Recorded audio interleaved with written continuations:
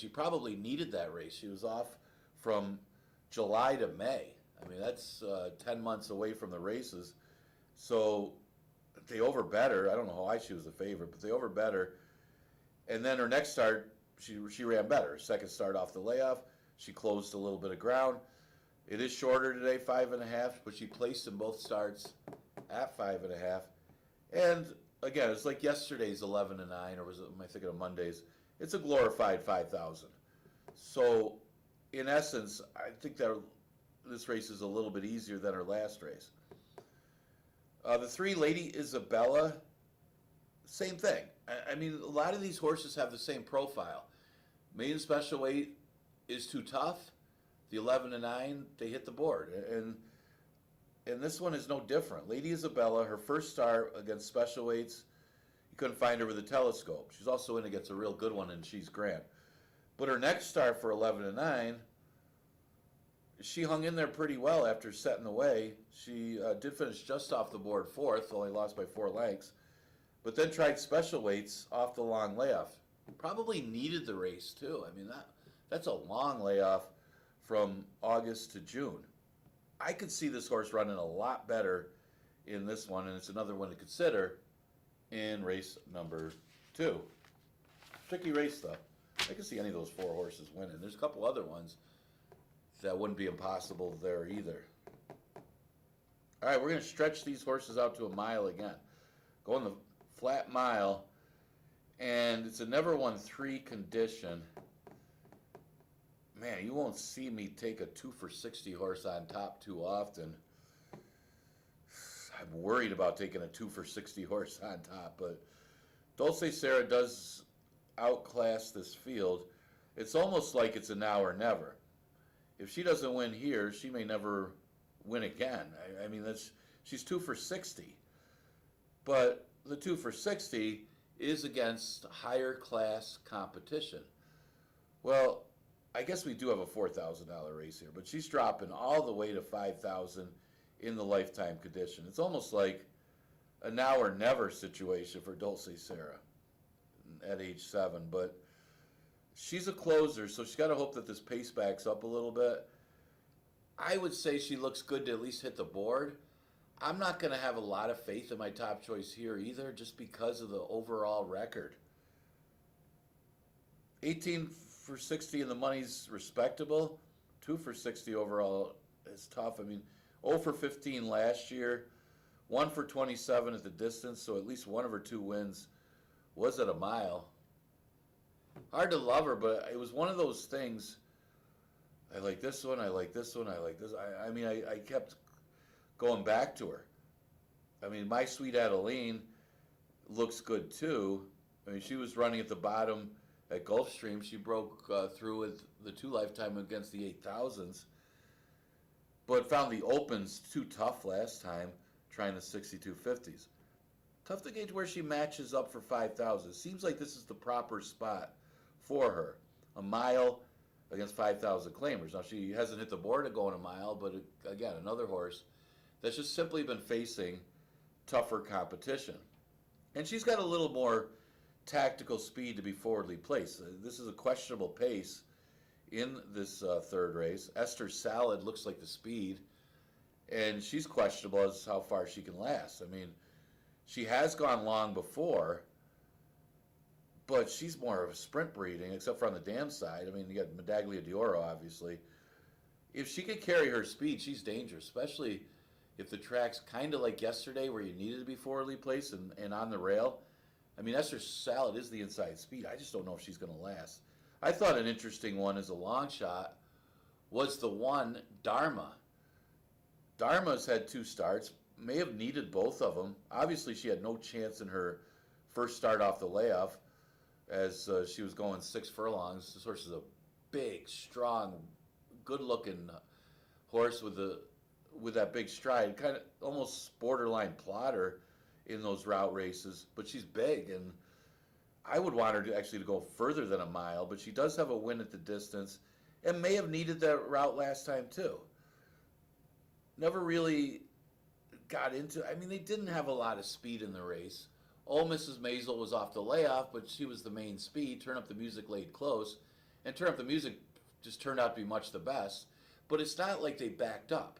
Oh, Mrs. Maisel still held on to be second. Turn Up the Music just passed her and won for fun.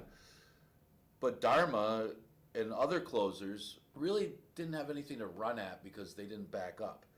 Problem is there isn't a lot of speed in here, but you got to think that Esther Salad might back up, might Sweet Adeline, depending on what she does, if she tries to take over early in the race or if she keeps Esther Salad in the race for a while. That may depend on how these closers actually do. We don't know how this track's going to play at this point. I Am Eve is probably more of an underneath horse. She's got that stalking style, so she might be in good position to have some impact. And she probably needed the sprint tighter last time. But this is where she usually runs against the 5,000s. And she got the right kind of trip when she won on a good racetrack. Both her wins, by the way, are on off track. So that's why I say on a fast track, maybe more of an underneath type horse.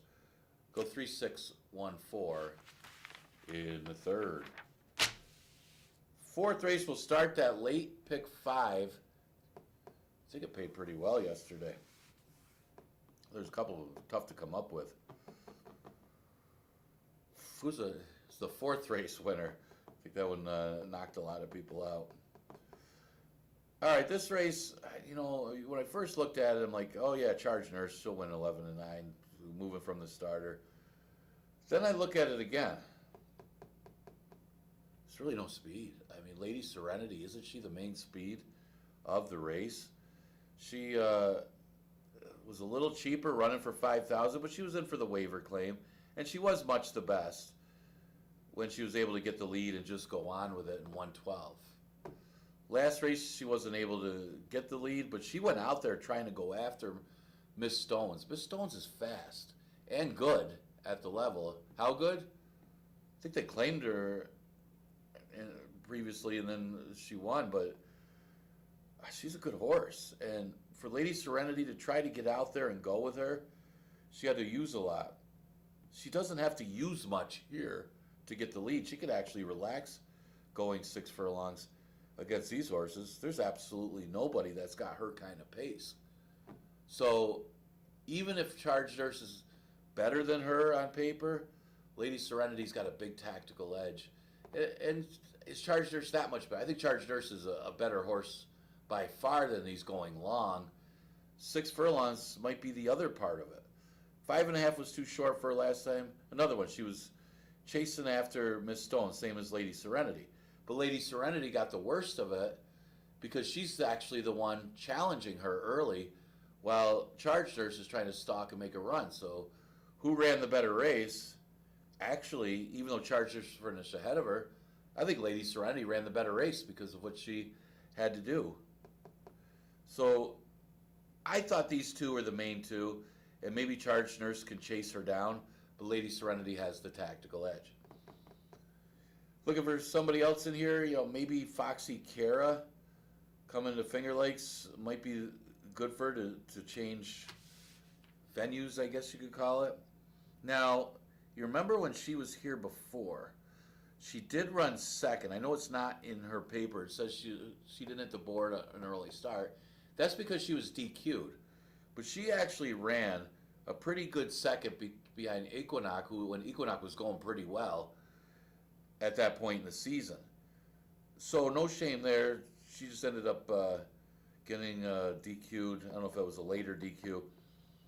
But she's been pretty good company kept against open claimers the last couple, going a mile and running pretty well. So she cuts back in distance.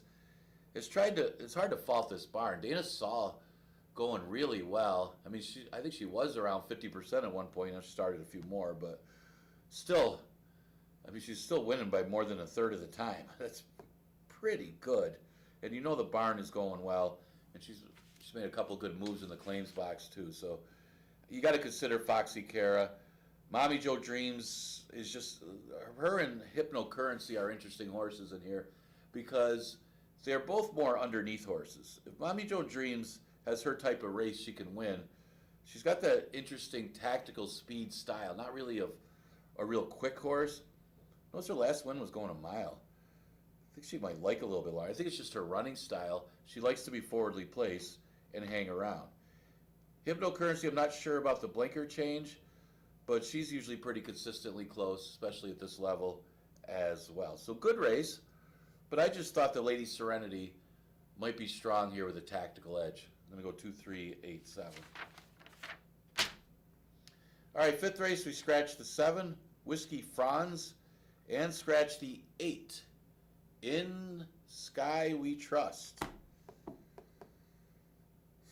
little bit of a scary drop here for mandatory, because I thought the horse ran pretty good last time off of the layoff. Probably needed the race, you would think. But even with that said, I mean, he only had one start since 2024, and then that race.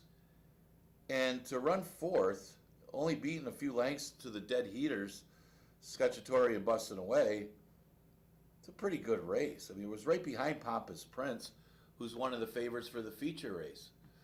So you wonder, well, was she not eligible for that feature race today, or did they not like what they saw in his last race that they're going to drop him to 11-9?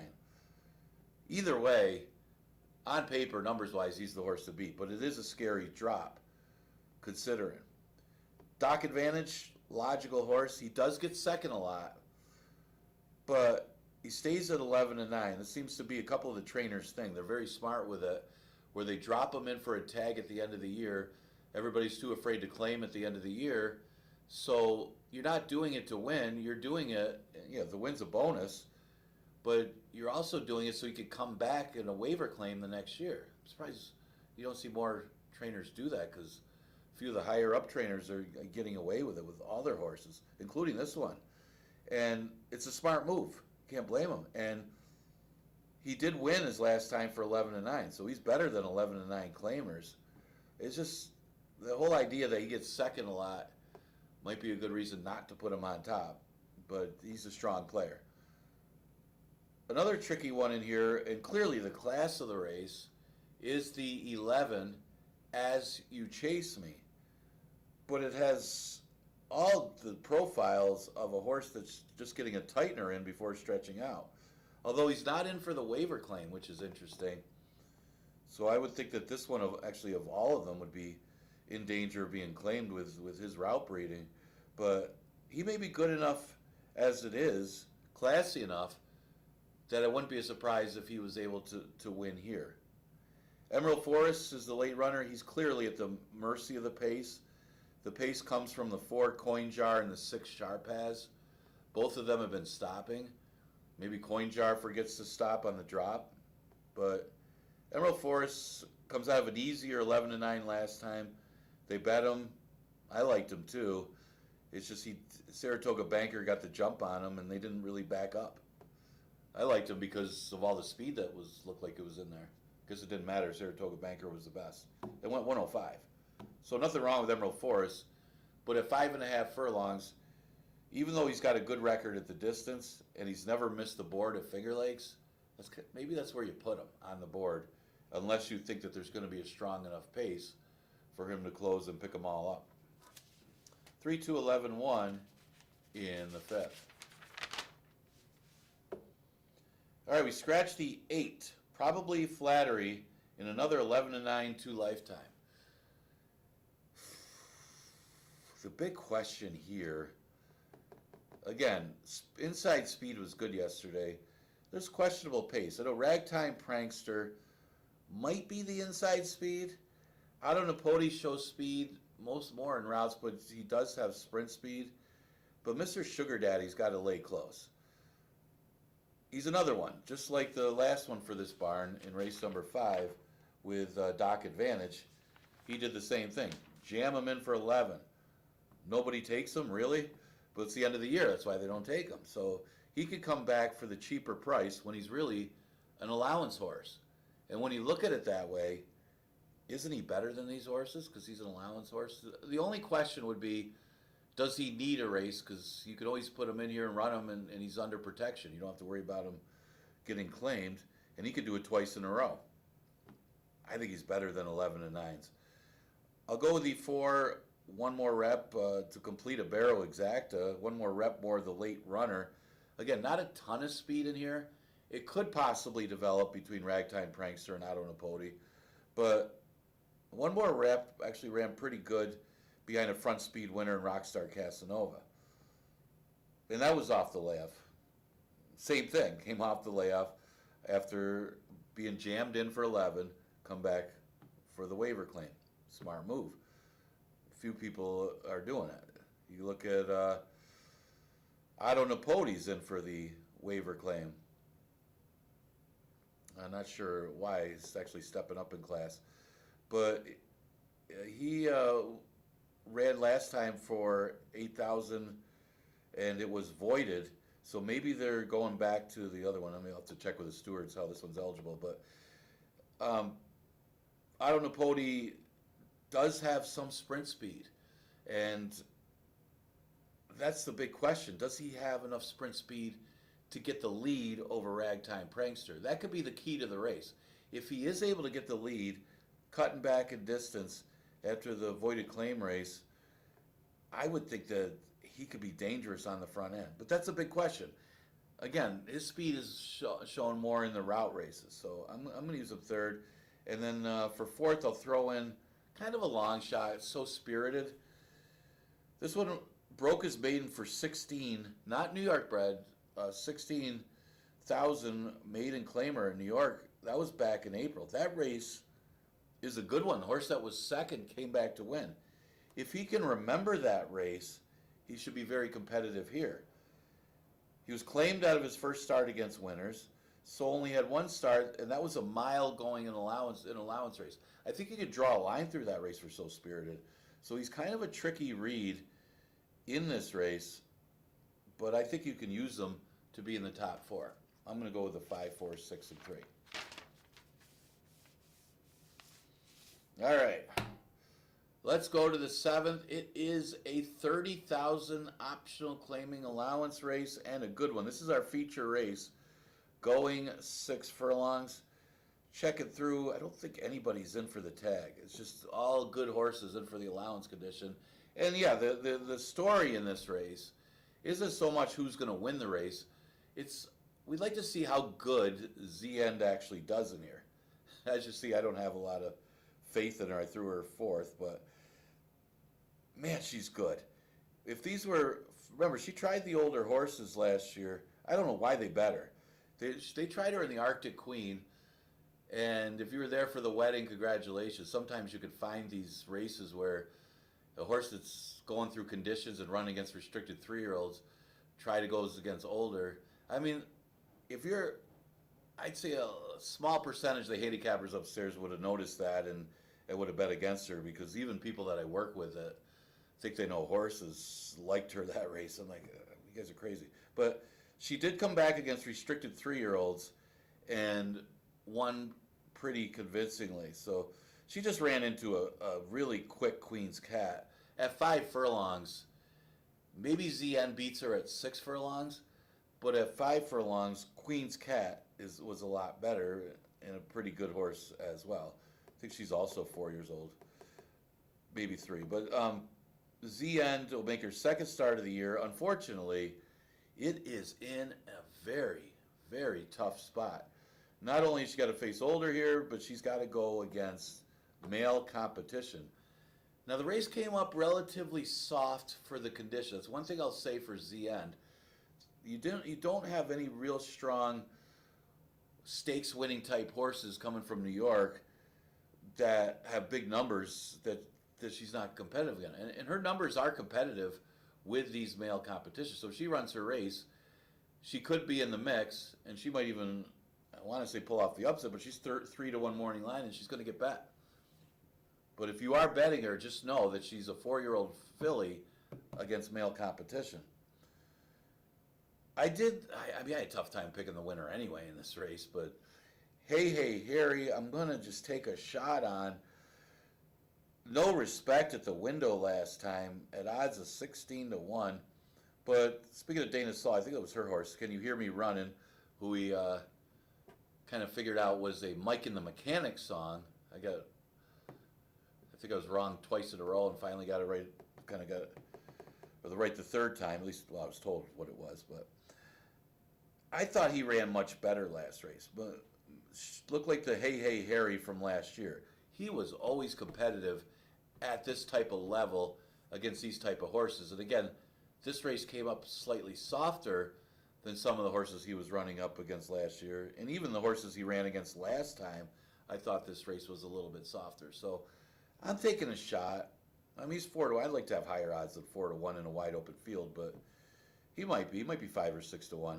I got him on top. Pompous Prince actually is a slight morning line favorite over ZN, but he's pace dependent. Him and Crypto Causeway, very similar horses on the outside.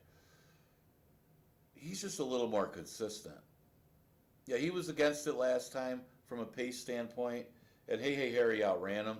I don't know how he could be favored over him, but he ran third in that Scotchatory busting away dead heat. We talked about the other one.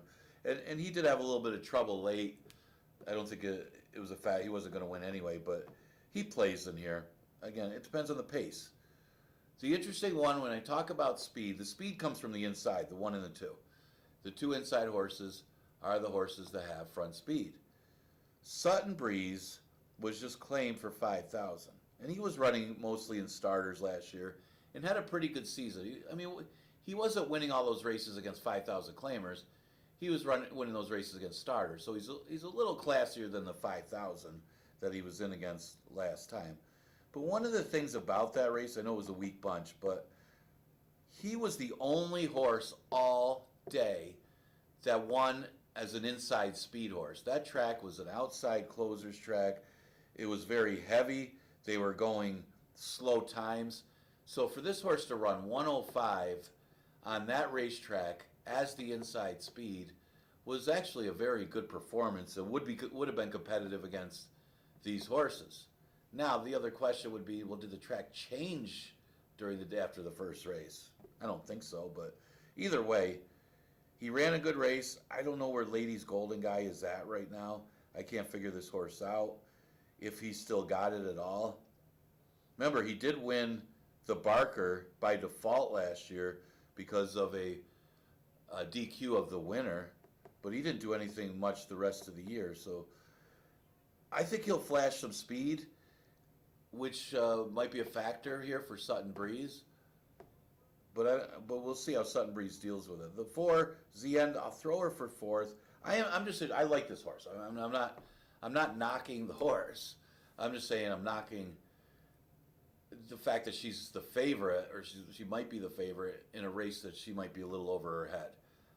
I'll be surprised, and believe me, I'll be touting her. If she could beat this field, she might be horse of the year 2 years in a row. Let's just say that. Because if she could beat this field, she could beat the fillies and mares at the level pretty easily. All right, let's go to the last. If I could get to the last. If they tape my pages together.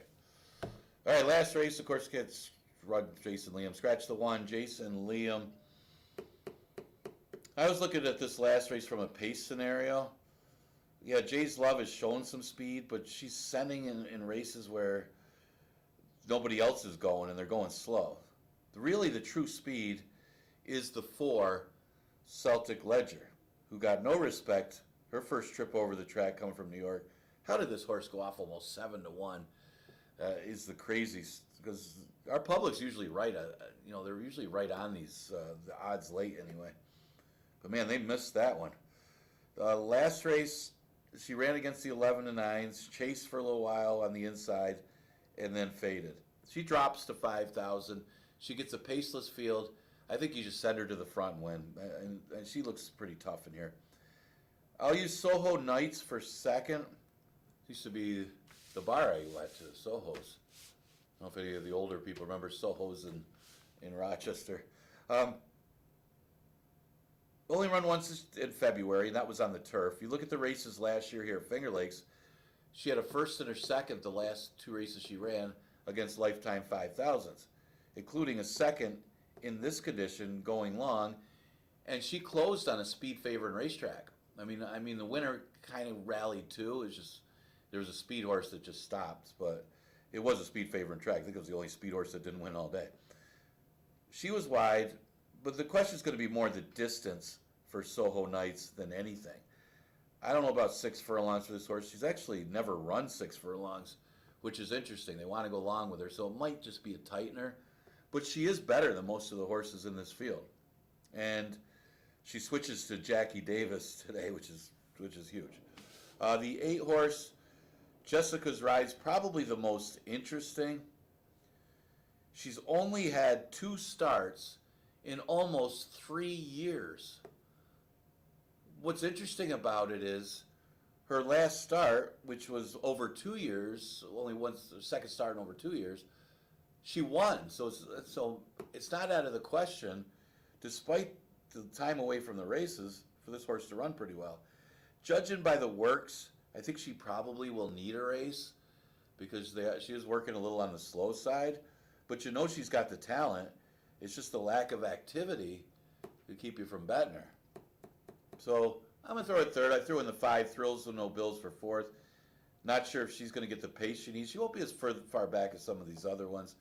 And she's clearly running pretty good. I mean, they overbet her last time, but she ran pretty well to be second in that race. I think she can make the number in the last as well.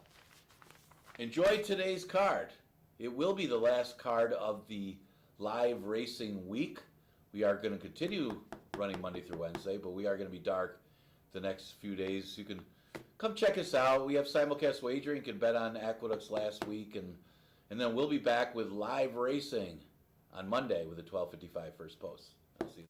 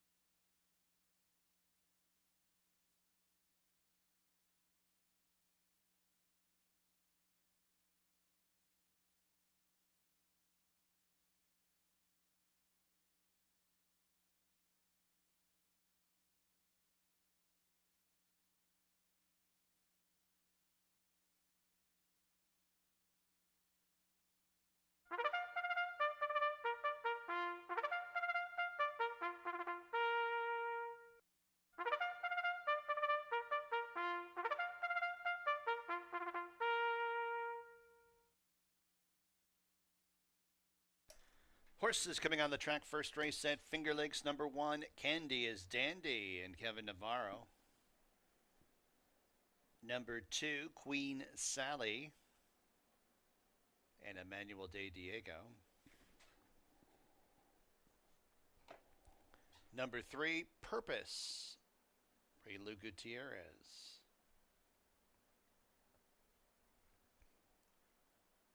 Number 4, Sugartown Sweetie and Jeremias Flores. Number 5, Montauk Mystique and Oscar Gomez. And number 6, Life is But a Dream, Cabercoa in the irons. Post time in just a few minutes. Track is fast here at Finger Lakes.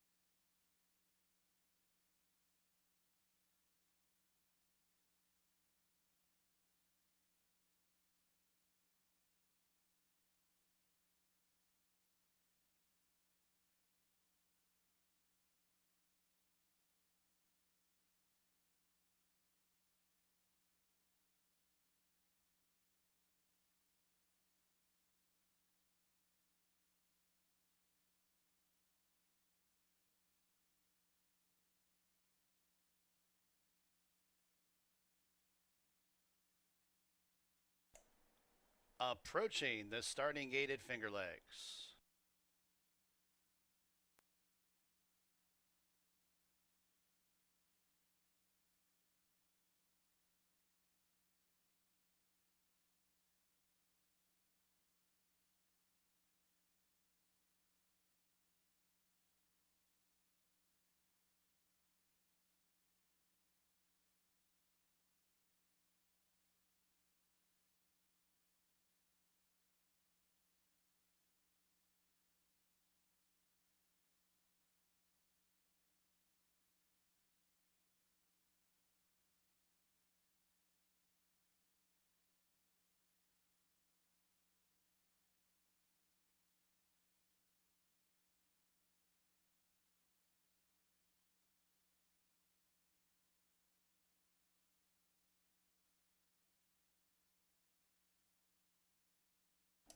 And the horses have reached the starting gate. First race from Finger Lakes. Got a field of 6 to go a mile. 8-5, favorite number 6, Life is But a Dream. Start off the day with a fast track. Clouds in the area, but should be a good weather day nonetheless. 7-5, favorite number 6, Life is But a Dream. 2-1, number 3, Purpose.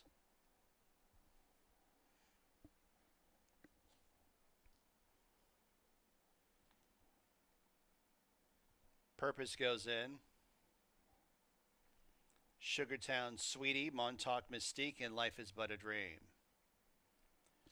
First of 8 races on a Wednesday here at Finger Lakes.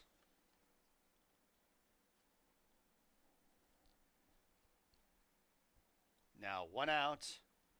Life is But a Dream. 6-5 on her. They're all in the gate. They are off and running at Finger Lakes. It's Sugartown Sweetie who edges out for the lead. Montauk Mystique is on her flank outside in second. Candy is Dandy tucked in along the inside.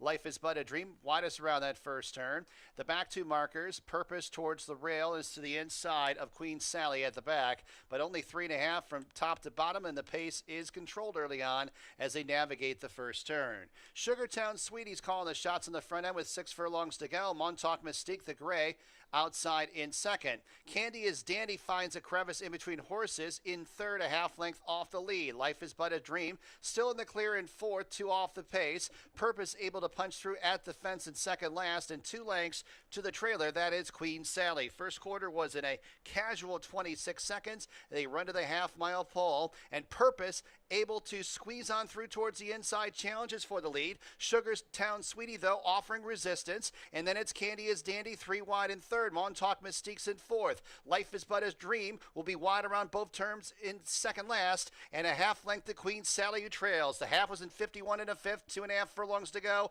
in the opener. Sugartown Sweetie has challengers everywhere. Purpose towards the inside took a bad step there, had to check. Montauk Mystique, Candy is Dandy are on the outside, 3 and 4 wide respectively. Life is But a Dream on the grandstand side, and Purpose tries to re-rally at the fence. They run down to the final furlong. It's Life is But a Dream who assumes command from Sugartown Sweetie. Montauk Mystique's on the outside. Purpose up the rail. 16th to go as Life is But a Dream, bet down to 3-5, will win this race by 2.5. Sugartown Sweetie second. Purpose third. Candy is Dandy fourth.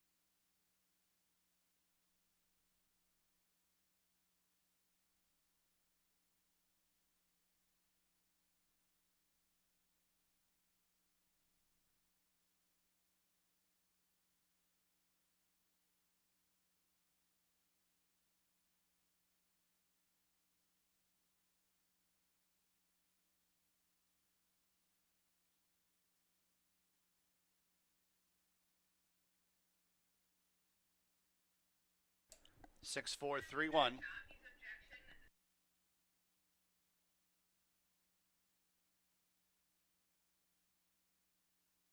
6-4-3-1. Unofficially in race 1, we do have a jockey objection. Rider the 3-purpose, Raylu Gutierrez, has lodged an objection versus the unofficial second place horse, the 4 Sugartown Sweetie. Jockey objection, 3 versus 4. At this point, it does not involve the unofficial winner. The 6 Life is But a Dream. New York bred, 3-year-old Duck Run filly by Looking at Lee out of Mary Grace, M. Anthony Ferrero, and Elliott Wells, the owners. M. Anthony Ferrero, the trainer. Caber Koa, the winning jockey. Evelyn Burke, bred Life is But a Dream. Right now, replays of the jockey objection that the stewards are taking a look at to determine any liability. Please hold all tickets. Jockey objection, 3 versus 4.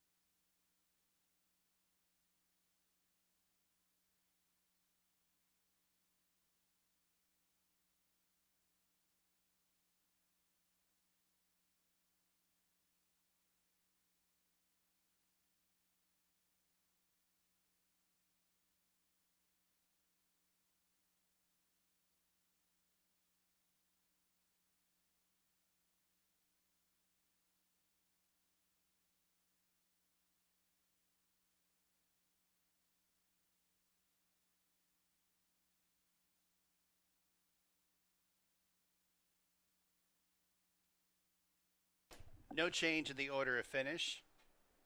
Stewart's rule that the incident did not affect the outcome of the race also said that the pressure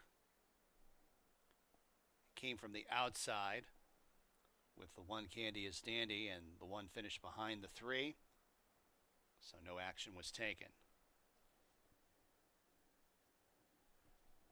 $3.32 the winning mutual. Exacta $8.94. Try $6.79. Dime Super $9.42. Second race at Finger Lakes. The 4 is 4 over. Exacta trifecta, superfecta, daily double. Pick 3 wagering. Post time in race 2 in 16 minutes at 1:26 p.m.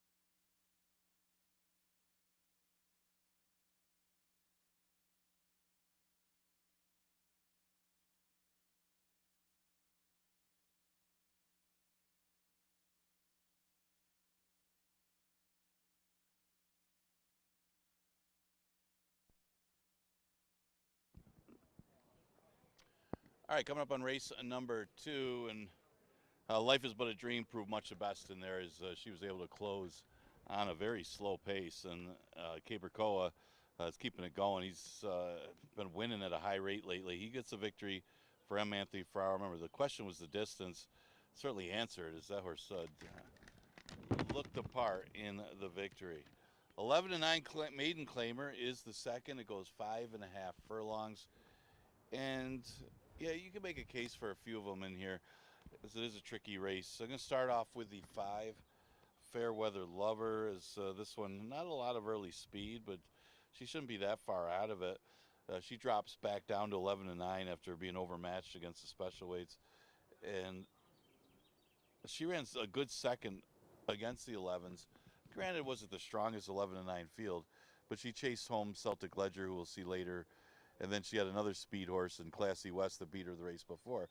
But every time she's run for 11-9, those 2 starts, she hit the board both times. It was the special weights that she struggled, unless they were the 2-year-olds. But she's consistently close. Maybe this is the kind of field that she could get a slight edge on, because you look at this field, nobody really stands out. It's going to come down to who gets the trip. She's a Goddess is the 2 horse, another M. Anthony Ferraro horse who's got some question marks. The last one was the distance. This one is the layoff. She's been off after only 1 start as a 2-year-old. She ran okay. She ran 4th in that race. They went 113, so isn't the strongest of performances, but she did take some money. She's making her first start as a 3-year-old against a lackluster field, and she's doing that at a reduced level. So there's some things to like about She's a Goddess, and there's a reason to think that she might get overbet as well. Funny Forecast, like Fairweather Lover, does well at 11,000, but was overmatched in New York when she was trying to run against the maiden special weights. Last race wasn't bad, finished 3rd, just kind of ran evenly in that race at 6 furlongs. So she shortens up to 5.5. You could say that this is an easier field than what she faced last time, which puts her in the mix if she runs her race. And she is getting some play at 5-2. Other horse to consider would be the 3, Lady Isabella. She kind of a look to her. First start was no good. She was caught wide, ran into She's Grand. Let's draw a line through it. But when she did drop to this level, her only start at this level, she got the lead, and she lasted quite a long time before only losing by 4 lengths. So we could throw out the special weight races, especially the last one, considering she was off a layoff last time. So second start off the layoff, drop into 11-9. Yeah, there's some things to like about Lady Isabella, especially the price, because she's going to be a little higher odds, maybe 5 or 6-1. Right now she's at 6-1 on the board. Exacta Tri Super Daily Double and Pick 3 starts in race number 2. Got about 5 minutes to post.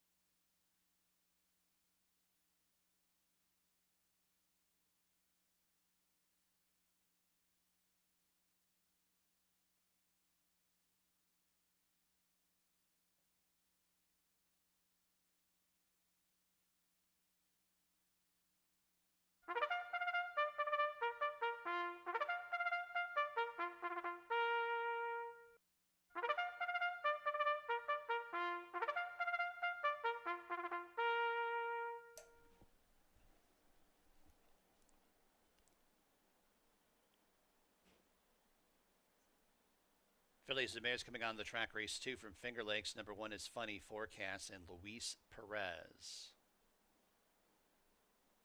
Number 2, She's a Goddess, Cabercoa. Number 3, Lady Isabella, J.M. Rohina.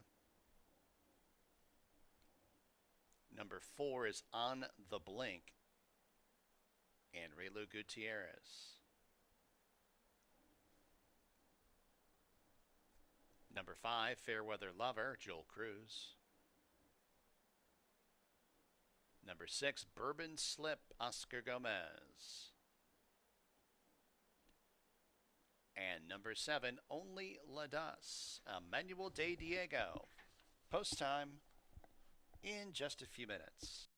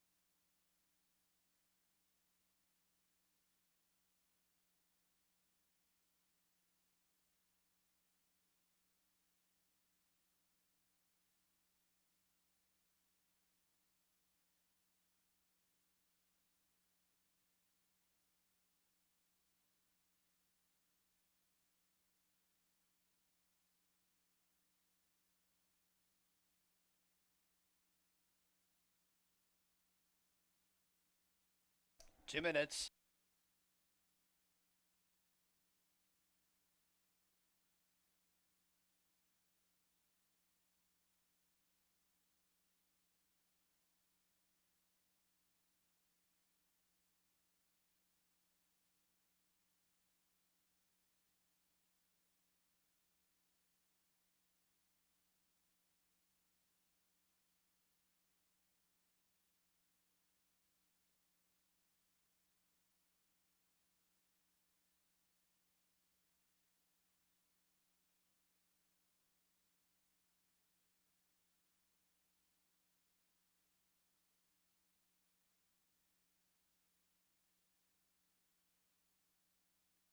Approach the gate.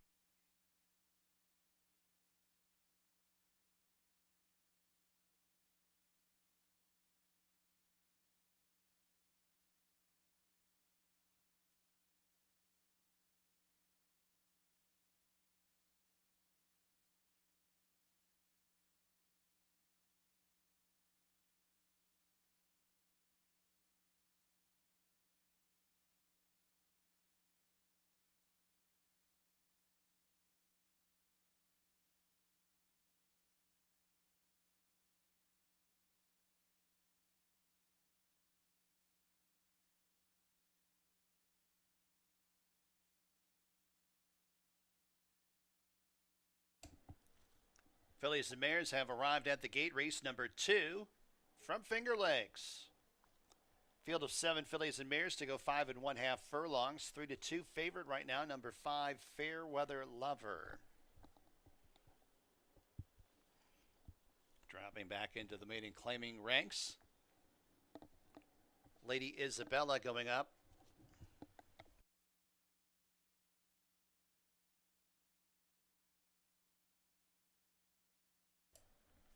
On the Blink will be next, and after that, 3 more left to load. Current favorite, Fairweather Lover. Bourbon Slip. Bourbon Slip, second last into line, and only La Dust to the outside. Bourbon Slip is in, only La Dust.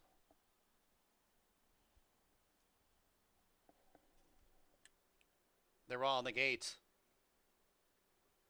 And they're off. Great start. On the Blink, rushes out for the lead. Bourbon Slip, flashing early speed as well in second. Fairweather Lover to the outside of Lady Isabella, third and fourth.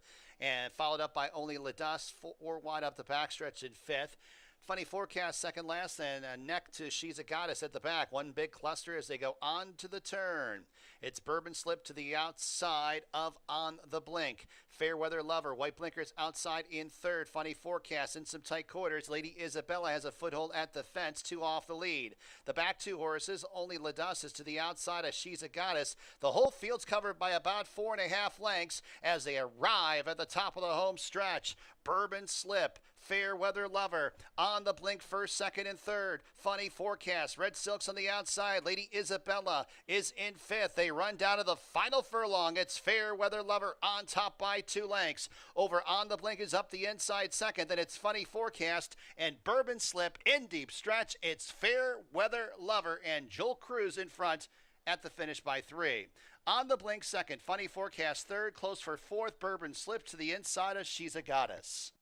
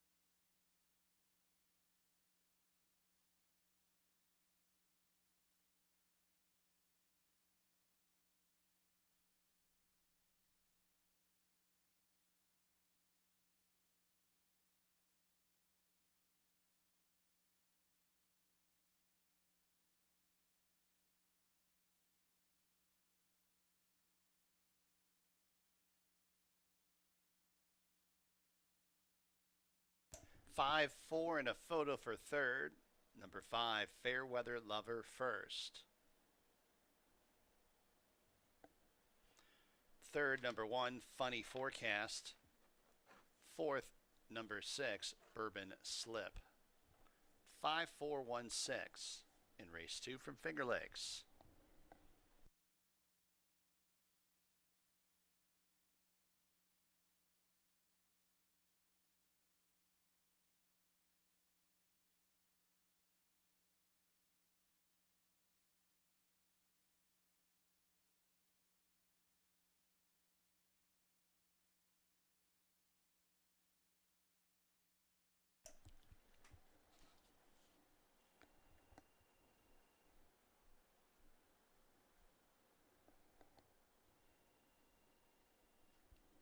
Second race official. Official winner number 5, Fairweather Lover. New York bred, 3-year-old bay filly by King for a Day out of qualifying. Beth Miller Saul and Mark Bartholomew are the owners. Beth Miller Saul's the trainer, and Joel Cruz the winning jockey. Mahoney Eden Manor and Dark Horse Racing Stable bred Fairweather Lover. $5.24 the winning mutual. Double $12.02. Exacta $111.98. Trifecta $64.77. Dime Super $109.87. Third race from Finger Lakes. No changes. Exacta, Trifecta, Superfecta, Daily Double, Pick 3 wagering. There's a Pick 4 that starts on race number 3. Post time in 21 minutes at 1:56 p.m.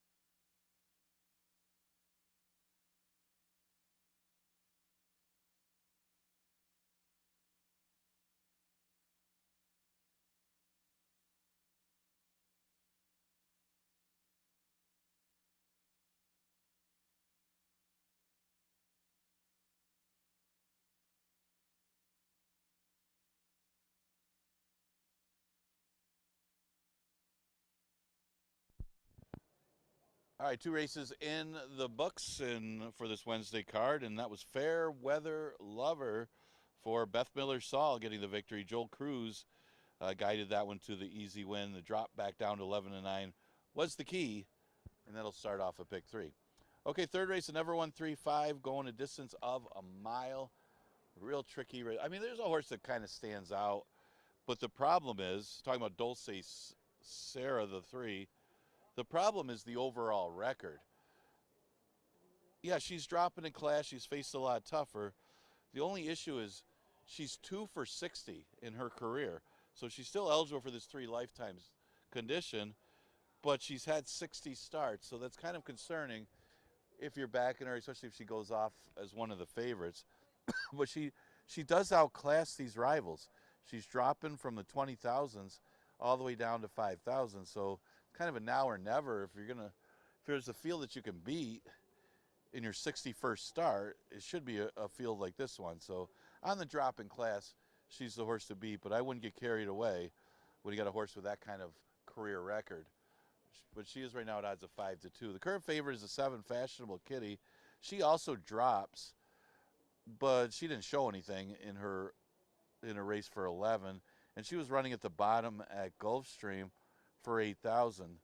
They are still a little bit better than our bottoms, obviously, when they're running for 8,000. But she'll show up here for her second start at a reduced level, and she'll stretch out to a mile. Seems like mile 6 furlongs, she's just as good as at either. She does have a win at the distance, and she's outside. They've tried her on turf. They tried her on the synthetic, and they tried her in sprint and route races, all different scenarios for Fashionable Kitty. And she does have some tactical speed where it looks like the main speed might be on the inside with Esther Salad, that she could be close up. She is getting some play. No, she was the favorite in the double, so somebody's backing this horse, maybe on the drop. And I didn't really like her last couple races. The 6 horse is My Sweet Adeline, who also was running in those $8,000 bottom claimers at Gulfstream in those lifetime conditions. She actually won going 7 furlongs before not doing anything in a mile. Overhead against open 6250s, so she gets some big-time class relief here as she's going into the beaten 5.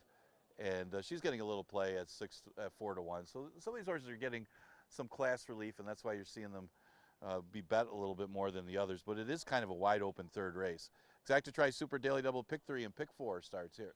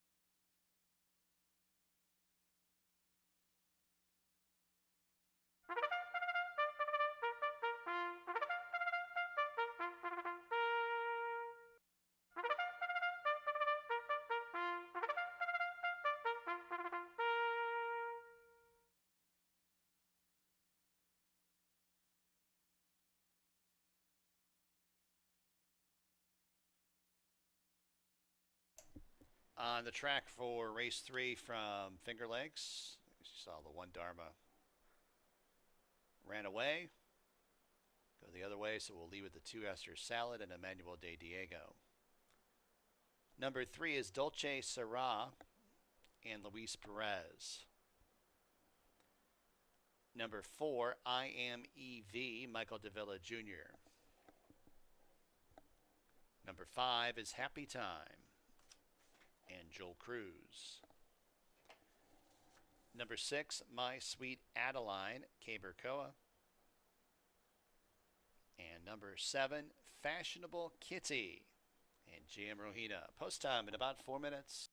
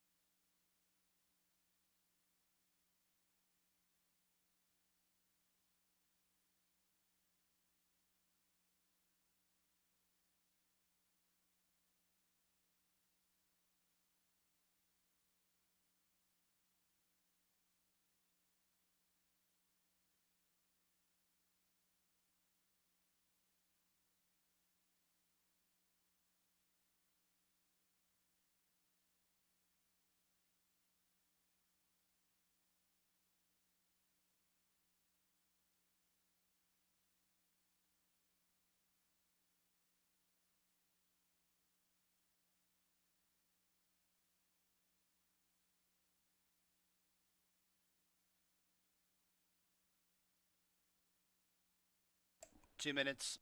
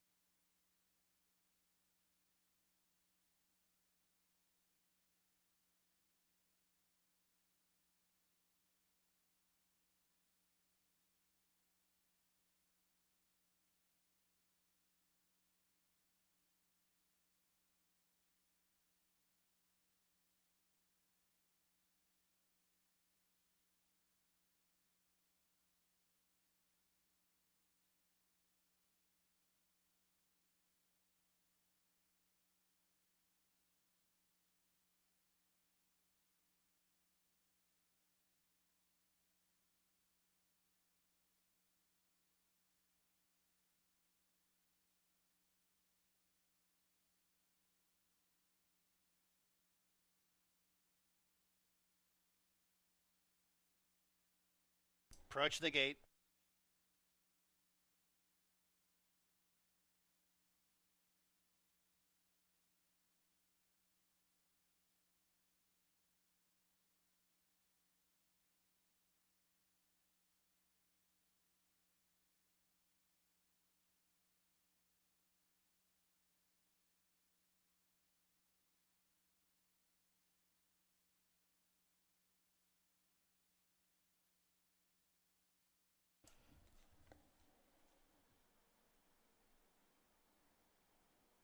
Fillies and Mares have reached the gate for race 3 from Finger Lakes.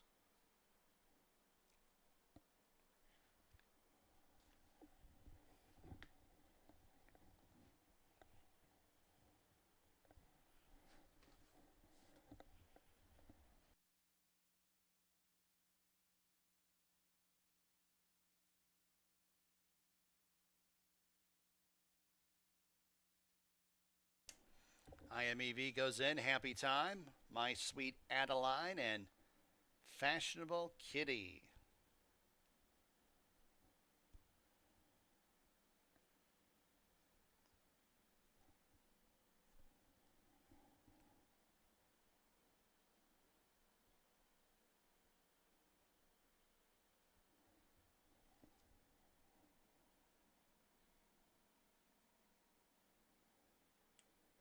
They're all in the gate, and they're off.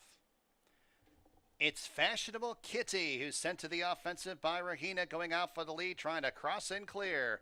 My Sweet Adeline is outside in second, and then it's Esther's Salad is in third. IMEV 3 wide around that first turn, and a joint fourth with Dharma. Dolce Saraz in between horses in 6, 4.5 off the lead, and a gap of 3.5 to Happy Time, who's at the rear. As they turn on to the backstretch, it's Fashionable Kitty, who has the lead by a half length over the gray. My Sweet Adeline prompting outside second. Esther's Salad tugging at the jockey to go on, now losing third to IMEV. It's Dolce Syrah, who's 4 wide up the backstretch, now in a joint fourth with Esther's Salad. 3.5 lengths to Dharma, who's niggled upon to keep up, and 2 lengths to Happy Time, who trails the field. The opening half in 49 3/5, entry into the far turn. It's Fashionable Kitty. On top, the leads 3 parts of a length. My Sweet Adeline, poised to go in second. Dolce Syrah will now force the issue on the outside, 3 wide third, and will force My Sweet Adeline's hand to keep position. Esther's Salad towards the inside fourth. IMEV in fifth. The others are way far back, and they are Happy Time and Dharma as they turn into the home stretch. And it's Dolce Syrah cut loose on the grandstand side. My Sweet Adeline won from the outside. Esther's Salad gets through at the fence. Fashionable Kitty is battling on. 16th to go. It's My Sweet Adeline who emerges with the lead by a length and a half over Dolce Syrah and Esther's Salad. It's My Sweet Adeline. Give Koa 2 in the card. Really close for second between Dolce Syrah and Esther's Salad. Then it's Fashionable Kitty in fourth.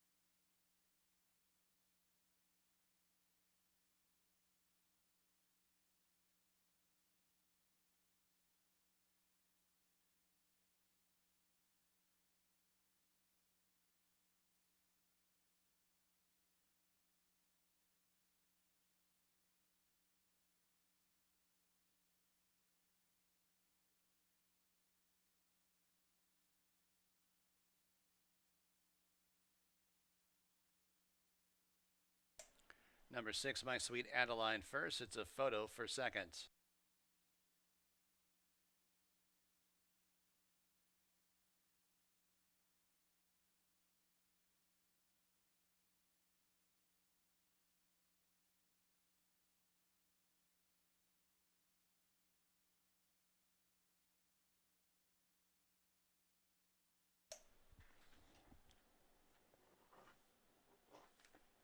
Second, number 2, Esther Salad. 6237. My Sweet Adeline to the winner's circle. Florida bred. 4-year-old Gray filly by Sweet on the Ladies and Earhart.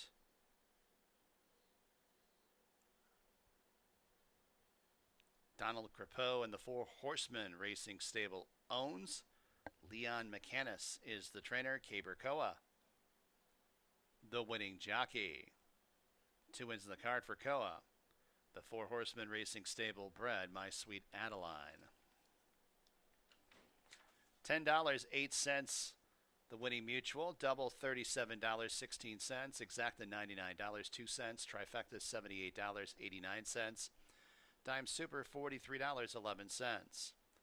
Fourth race, Finger Lakes, no scratches or jockey changes, exacta tri, superfecta, daily double, lead pick 5 wagering.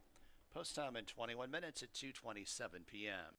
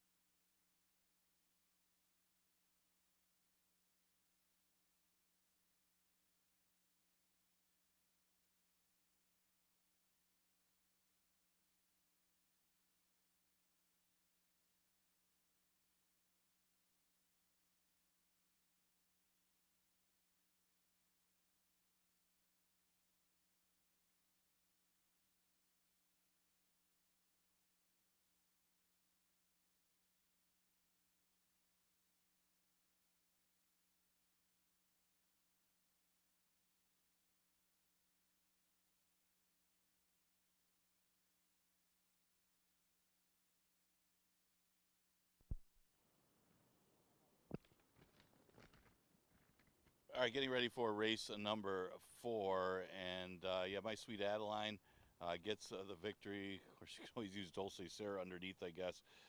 And yeah, so My Sweet Adeline got a little bit of value on those horses because they overbet the outside horse, Fashionable Kitty, for whatever reason, and that one had stopped, and My Sweet Adeline was in the perfect position under Caber Koa for Leon McCannis. Congratulations to them. All right, fourth race, we start a pick 5, an 11-9 claimer for fillies and mares, going 6 furlongs. Not a lot of pace in here. I thought the 2 Lady Serenity could be the main speed in this race, and the question is she good enough? She won for 5,000 on the front end, going this distance, 6 furlongs, where she just kind of inherited in a paceless field. Last time she ended up chasing Miss Stone's pretty good speed horse, and actually ran very well because she tried to test that horse before fading to be 4th.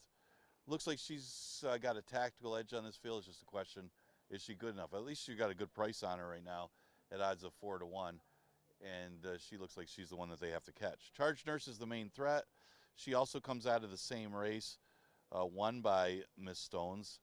So she just tried to move sooner than she wants to because she wants to go longer.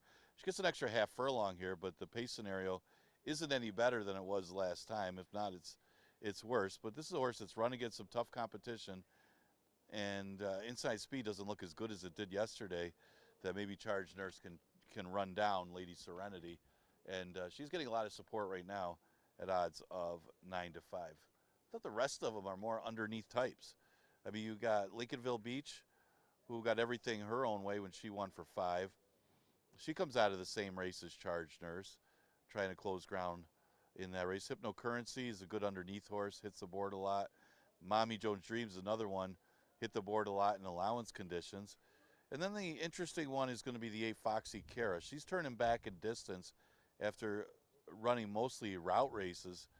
So it'll be interesting to see how she handles the distance. She's had a lot of chances, 3 for 43 in her career. But again, she's a little bit easier spot here at the 11-9 conditional after running against open 10s in those mile races. So class-wise, she does fit nicely against this field. And she is getting a little action at 4-1 being outside. So it wouldn't be much of a surprise here. But the pace flow is what's going to matter here in race number 4. We're going to start the late pick 5, Exacta Tri Super and Daily Double, also available here.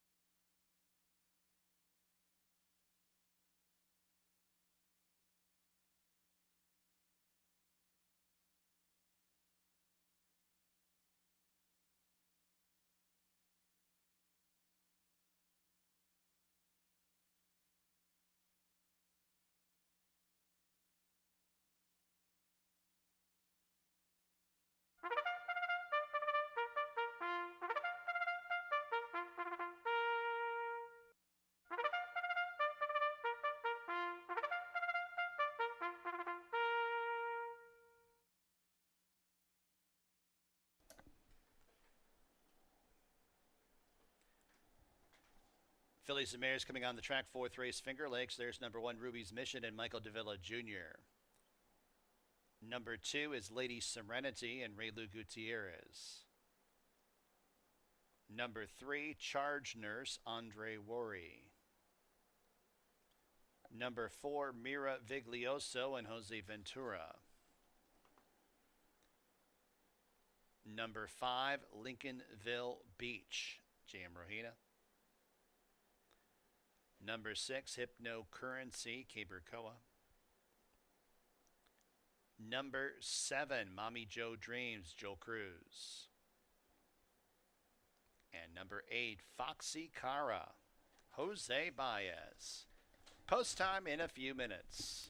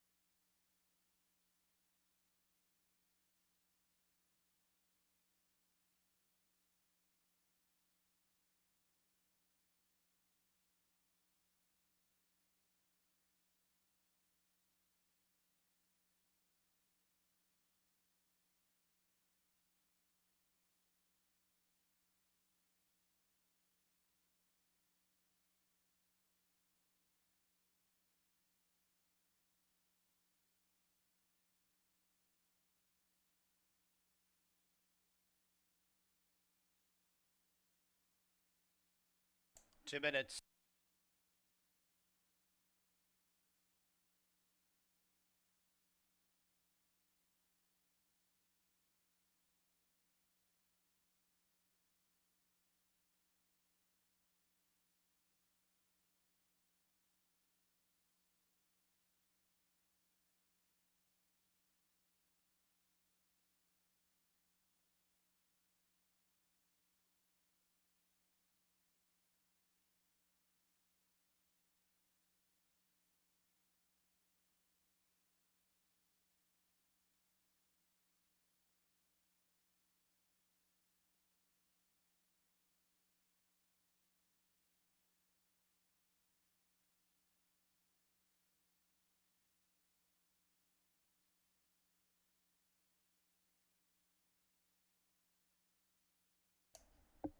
Fillies and Mares are approaching the starting gate here at Finger Lakes for race number 4.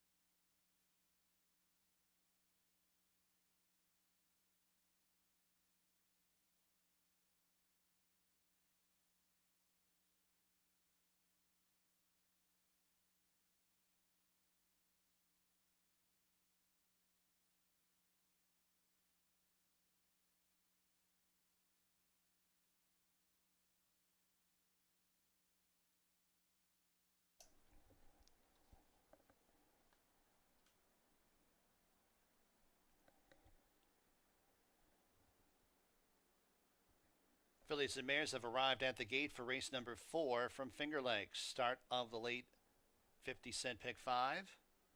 Got a field of 8 to go 6 furlongs. 6 to 5, number 3, Charge Nurse. 2 to 1, number 2, Lady Serenity.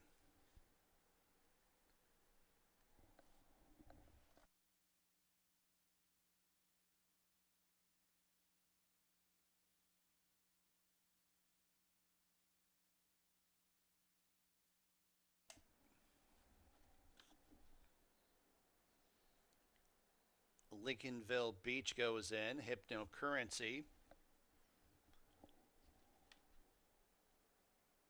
Mommy Joe Dreams and Foxy Cara.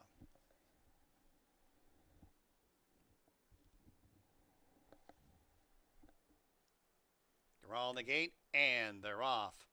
It's Mira Viglioso who streaks out for the front. Lady Serenity, though, has lots of early speed against that lead and opens up by about 2.5 lengths over Mira Viglioso. Mommy Joe Dreams on her outside, and Charge Nurse at the fence in fourth, now only 2.5 lengths off the lead as the jockey on Mira Viglioso had the check slightly. Hypnocurrency scrapes the paint, tries to punch through a very tight spot in fifth, and 2 lengths to Foxy Cars, a length and a half in front of Ruby's Mission, and Lincolnville Beach is at the tail of the field as they make the entry into the turn. Lady Serenity on top, the lead's a length and a half. Mommy Joe Dreams comes to contend outside in second. Charge Nurse niggled upon to keep up in third, now reclaiming second. 3 lengths to Hypnocurrency to the inside of Foxy Cara. Mira Viglioso shuffle back to 6.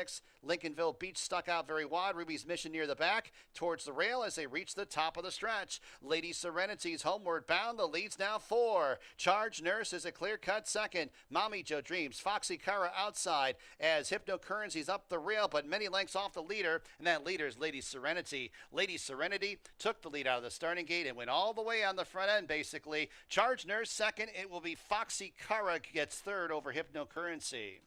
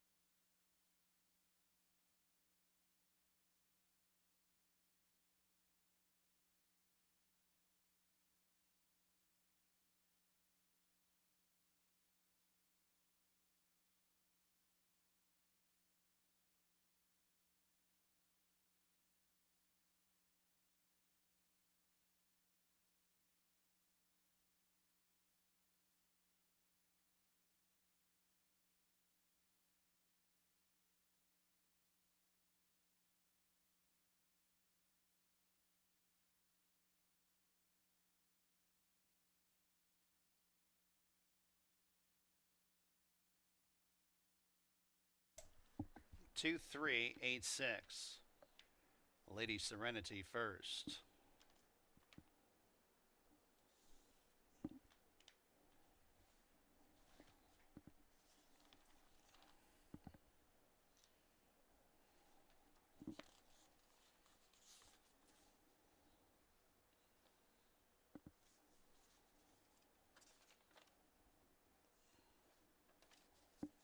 Back to the winner's circle. Official winner of the fourth race, number 2, Lady Serenity.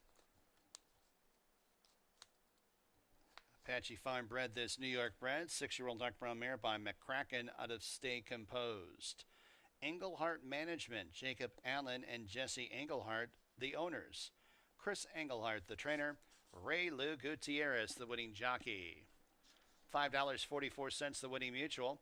Double $57.40. Exacta $12.86. Trifecta $14.08. Super $11.08. Pick 3 $38.41. Fifth race from Finger Lakes. Scratch number 7, Whiskey Friends, and number 8 in Sky We Trust. Exacta, Trifecta, Superfecta, Daily Double, Late Pick 4 wagering. Post time in 20 minutes at 2:56 p.m.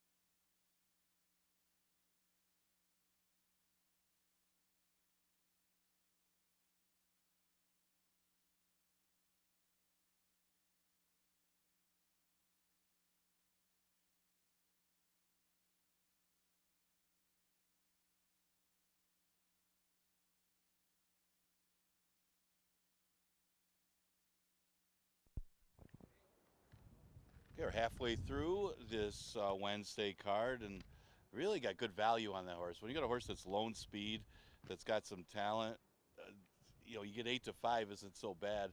Usually they're like 1 to 5 when they have it that easy on the front end. But Ray Lou did a good job getting this horse out and never looked back. Got the victory for trainer Chris Engelhart, who had 3 wins yesterday. 11 to 9 claimer, the 5th. It goes 5.5 furlongs. Tricky race.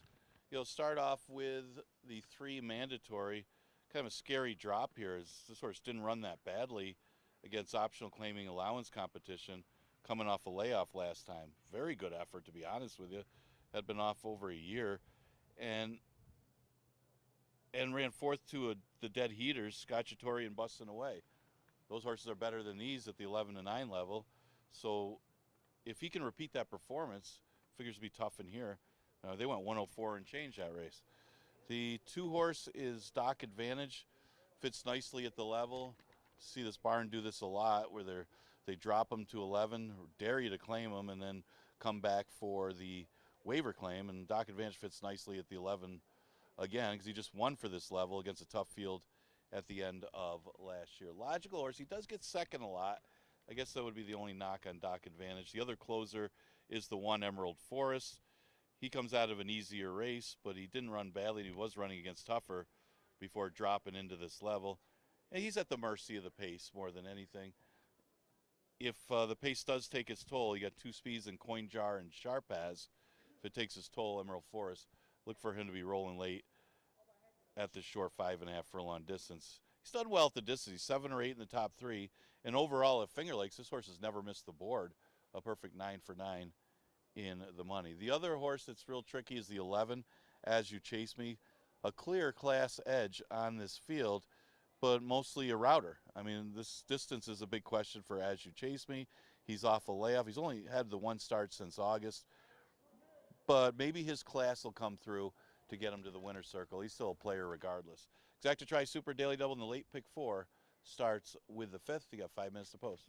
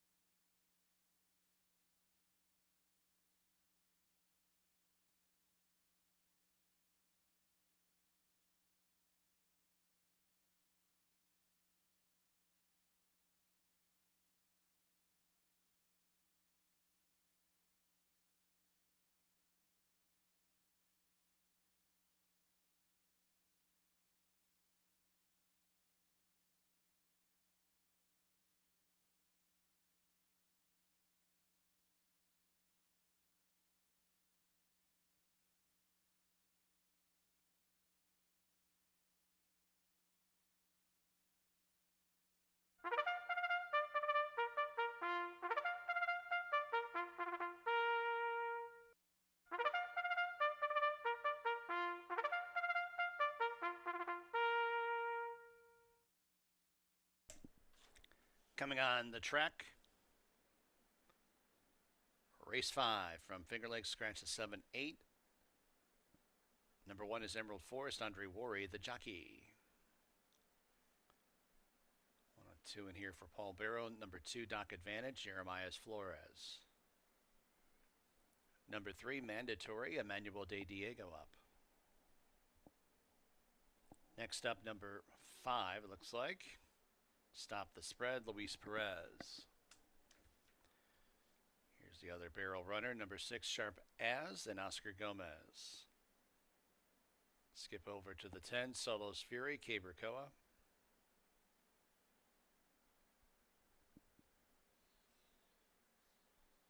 Number 9, Monomoy Beach, Joel Cruz.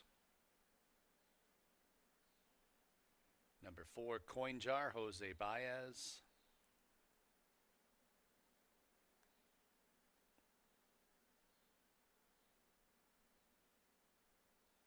And the 11 is As You Chase Me, and GM Rohina. Post time in a few.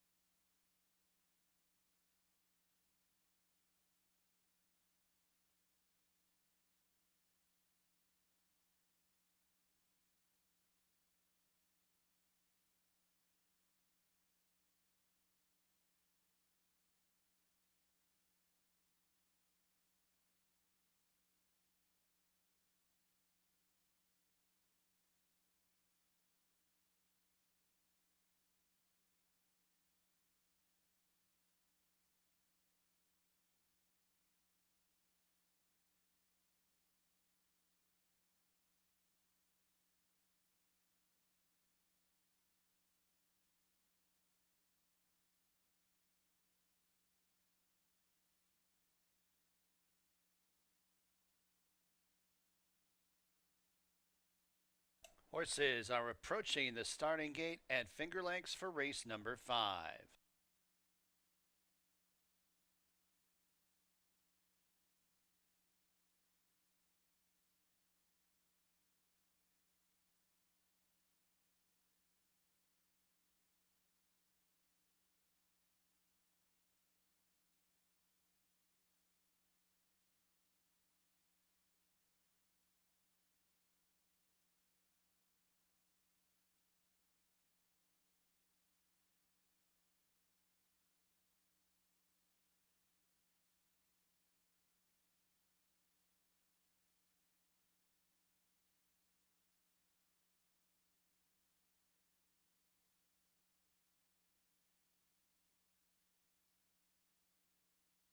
And the horses have arrived at the starting gate, race number 5 from Finger Lakes.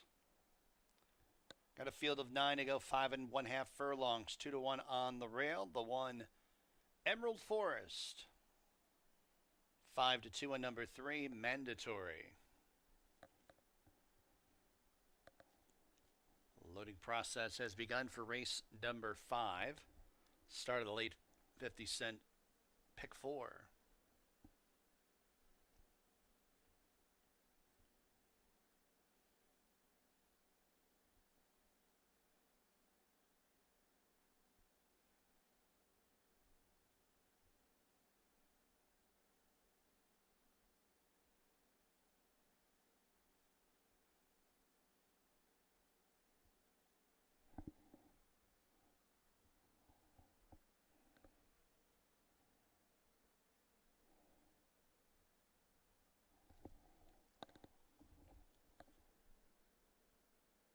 Stop the spread. Sharp As, Solo's Fury, and As You Chase Me.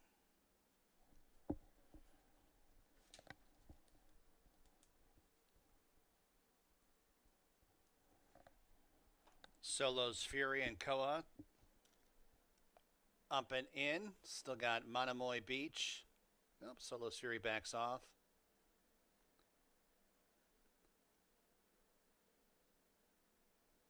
So we got 3 behind the gate right now. Rider hops off. Koa hops off Solo's Fury to load up without the jockey.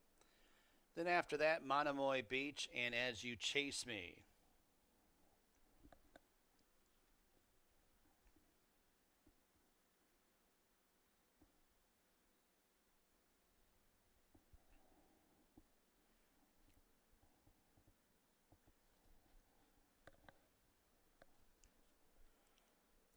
As You Chase Me to the outside.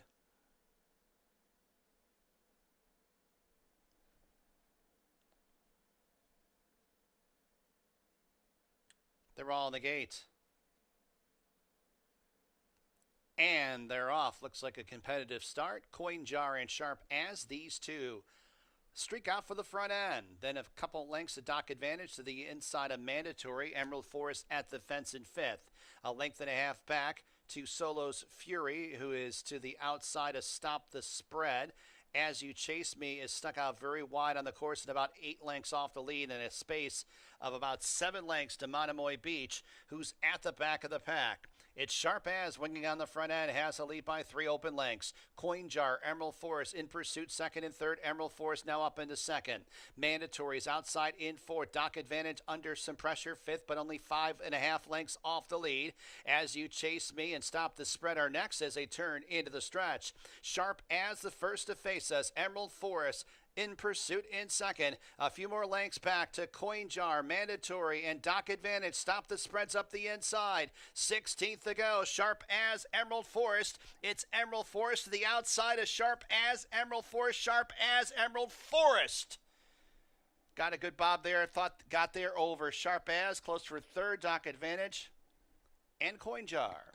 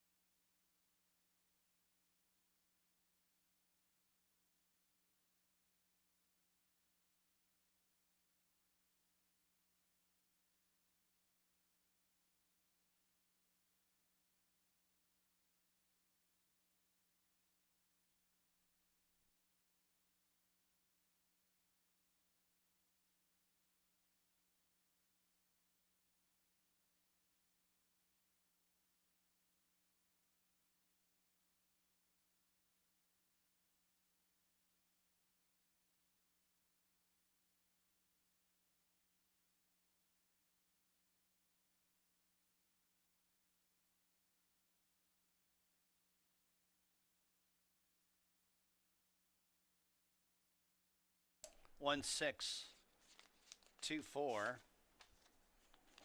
Number 1 Emerald Forest first.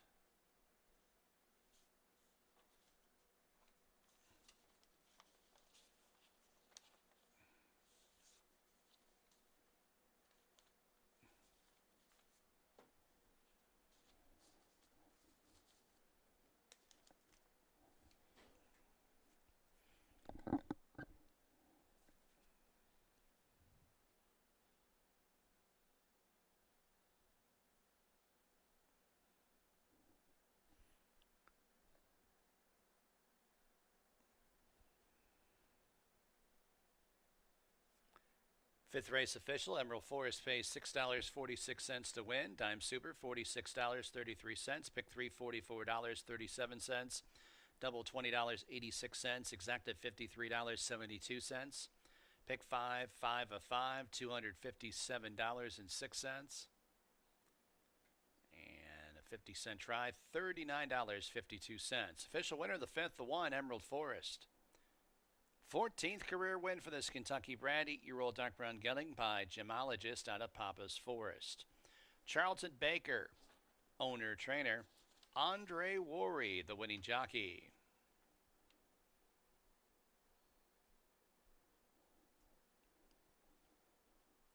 Sixth race at Finger Lakes, scratch the 8, probably Flattery. Exacta, trifecta, superfecta, daily double, pick 3 wagering, post time race 6 at about 19 minutes at 3:26 p.m.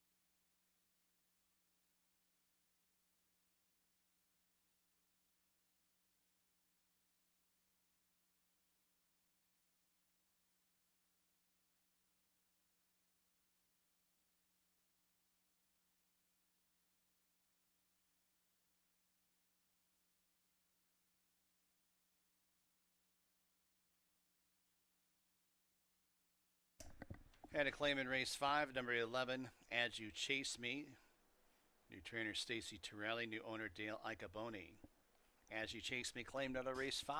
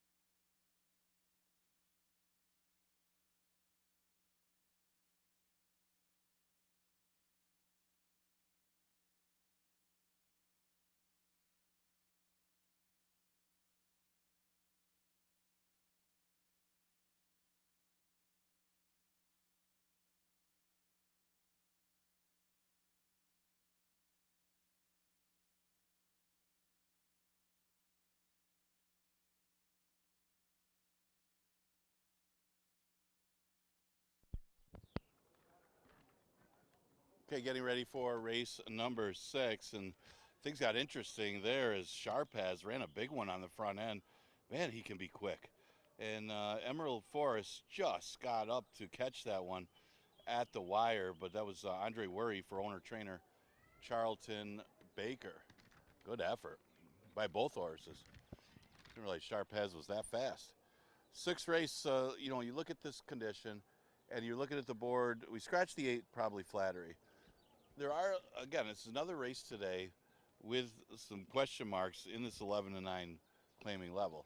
I thought on paper that Mr. Sugar Daddy was just a better horse than these. The only problem is he's coming off a layoff since November. He ran second when jammed in for 11 at the end of the year, and now he lost to a good one too on a muddy track. So he comes back, but he's coming back for that cheaper price. If he's close to ready and fit enough, he's going to be awfully tough in here, because he should be good at this level. The stablemate is the 4, one more rep, and this one ran pretty well himself when cutting back in distance, making his first start of the year. He ran a good second to Rockstar Casanova, who tried going long the other day, but there wasn't a lot of speed in that race. So he actually did run well to kind of pick up some pieces to hit the board in there. So he's one more rep. Probably like both barrel horses got a shot in here. The question is going to be pace. The pace is non-existent. Ragtime Prankster could possibly be the speed. Don't know if that one's good enough. Otto Napodi has some route speed. Not sure if he's quick enough in the sprint to get the lead. And then Mr. Sugar Daddy should be close up too. But Otto Napodi could be dangerous if he does make the front coming out of route races.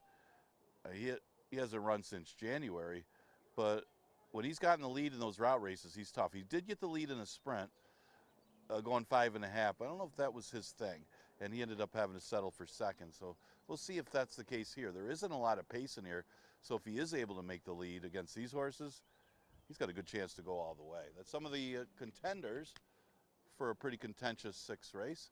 Exacta Tri Super Daily Double and Pick 3 starts in here. Scratch the 8, probably flattery.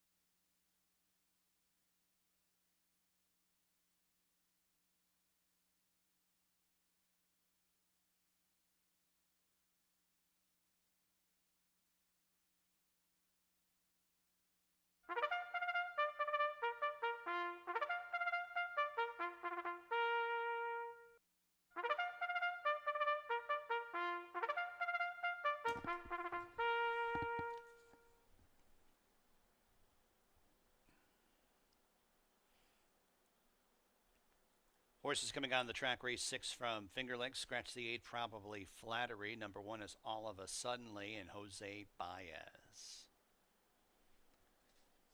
Number 2 is Ragtime Prankster and John Barrios. Number 3, So Spirited and Asario Alvarado. Number 4, One More Rep, Raylu Gutierrez up. Number 5, Mr. Sugar Daddy with Oscar Gomez. Number 6, Otto Nipoti, Cabercoa up. Number 7, Renew the Blue, Jackie Davis, the riding assignment.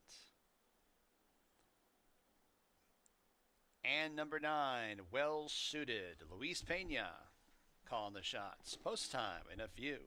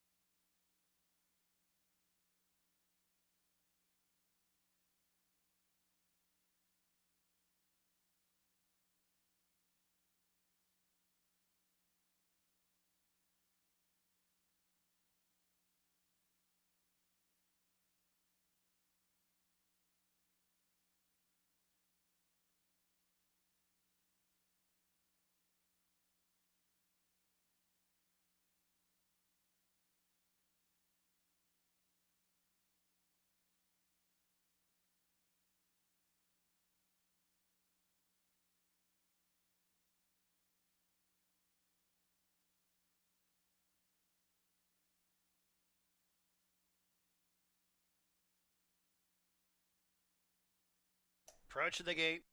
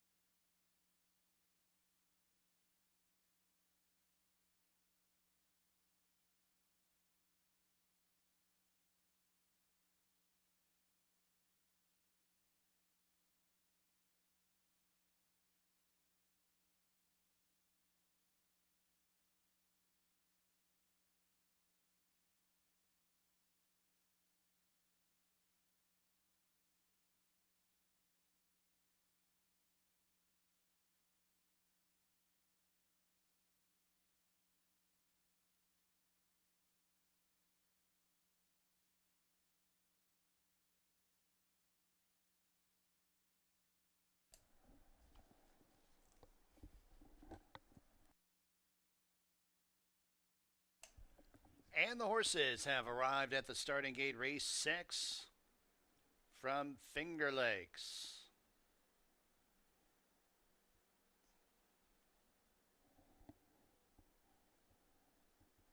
Got a field of 8 to go, 6 furlongs, 5 to 2 on both the 4, 1 more rep. And number 6, Otto Nipoti.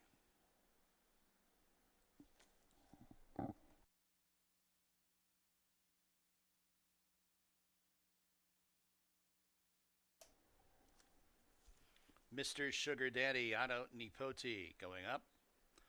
Renew the Blue, and well suited to the outside.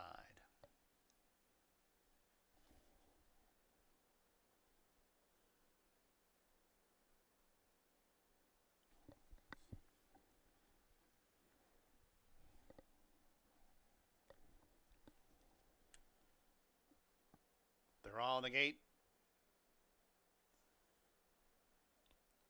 And they're off.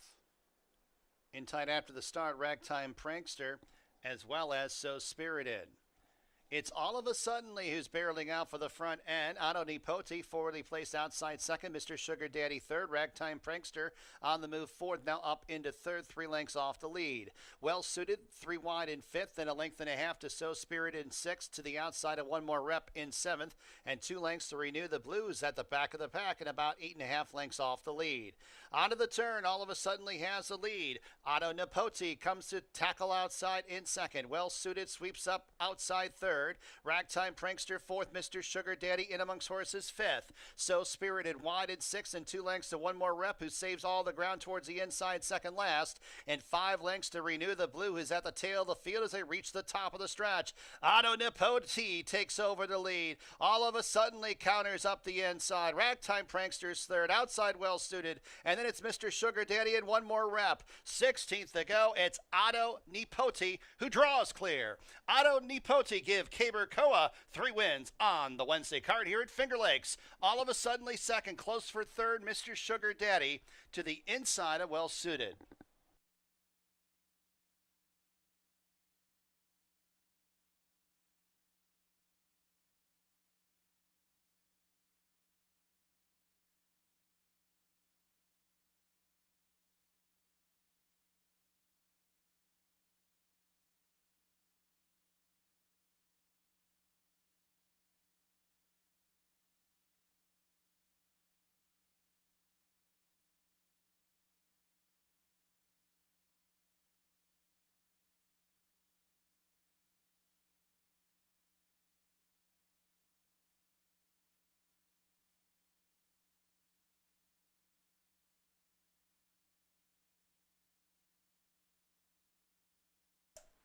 Six one and a photo for third. Number 6, Otto Nipoti first.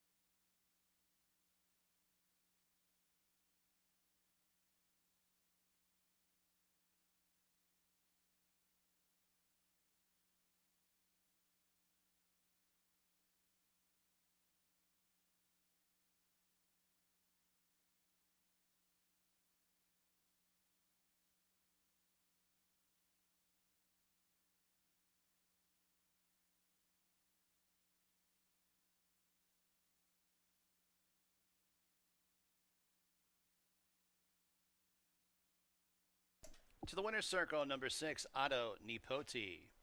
Kentucky bred, 4-year-old dark brown gutting by Bernardini out of Ojiha.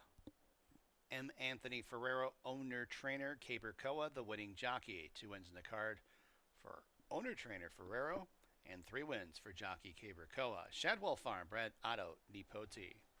$5.58 the winning mutual, double $22.26, exacta $39, trifecta $40.81, dime super $28.07, pick 4 of 4 $133.21. 7th race from Finger Lakes, no scratches or jockey changes. Exacta, trifecta, superfecta, and late daily double wagering. Post time, race 7 in about 20 minutes at 3:57 p.m.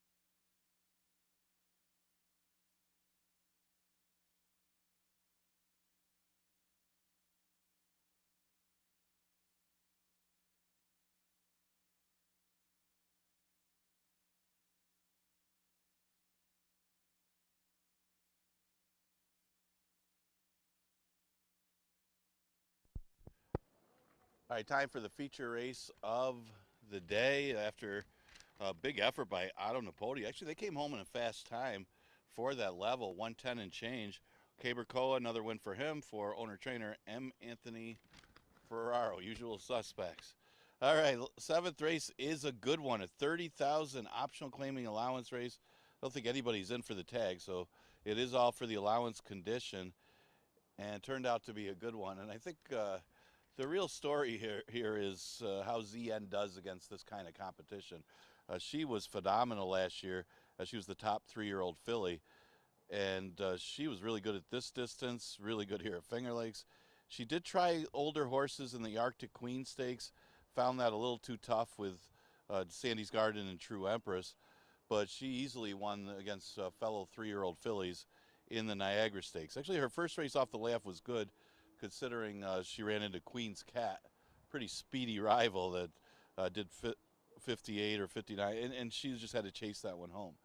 Question is here, I mean, she is going against some good male competition. Now, I've seen this race come up tougher than this in the past, so her numbers aren't far off of the males in here, but one thing I'd be careful of, it looks like she's going to be a big favorite in here, take a too short a price when it's a 4-year-old filly against older male competition. She could be this good, and I'm interested to see how well she does run against these horses. Again, it's not the strongest of optional claiming allowance field for the boys, but it is male competition. The 6 Pompous Prince is pace dependent. The speed seems to come from the 2 inside horses. You got Ladies Golden Guy and Sutton Breeze. Figure be the 2 speed to run, but you got Pompous Prince and Crypto Causeway, both deep closers at this distance, so they got to both hope that this pace comes back. I think Pompous Prince could lay a little closer than Crypto Causeway and maybe have to make an earlier move and chase him down. And form-wise, he's probably better than most of them in here.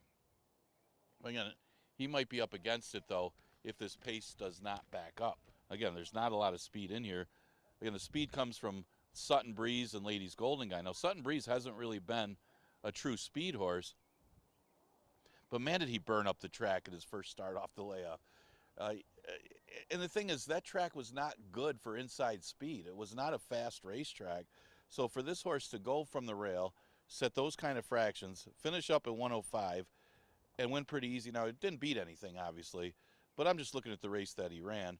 That race would have been competitive against these 30,000s. See if he could repeat the effort against tougher. I do like the fact that there's not a lot of speed in here other than the horse inside him, and that might give him an advantage. I will throw a ZN in there. You can't help not to root for the horse unless you're betting against her, of course. But you know, they probably just couldn't find a spot for her in the conditions, so she was forced to run in here against the boys. We'll probably see her later in the year in stakes races against fellow fillies and mares. But today she's going to get tested, see how she does against the male competition in this race. So good feature race, should be a lot of fun. Exacta Tri Super and Daily Double offered races 7 and 8.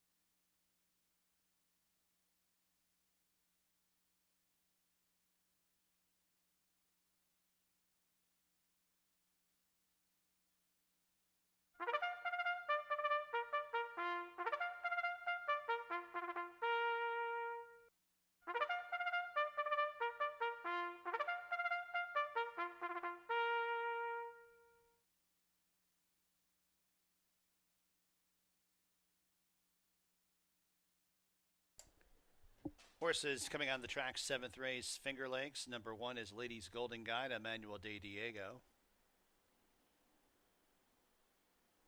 Number 2 is Sutton Breeze and Jose Baez. Number 3, Hey Hey Harry and Andre Worry. Number 4 is Z End, Stephen Frett. Number 5, Morvino, Joel Cruz. Number 6, Pompous Prince, Cabercoa. And number 7, Crypto Causeway, Jeremias Flores, the rider. Post time in a few.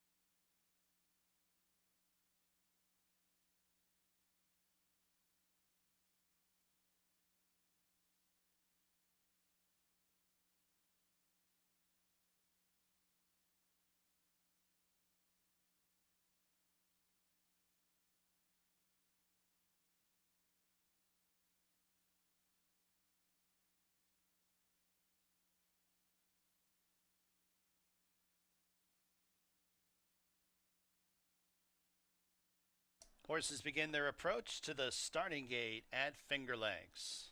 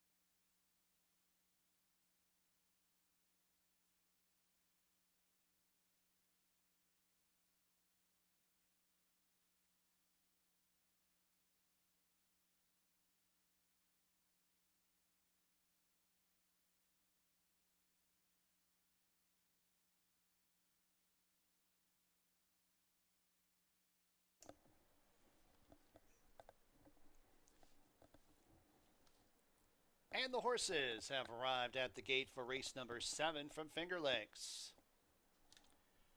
Got a field of 7 to go 6 furlongs. Allowance claiming allowance race. Even money favorite. Filly trying to beat the boys. Number 4 is The End. 5 to 2 on number 6, Pompous Prince.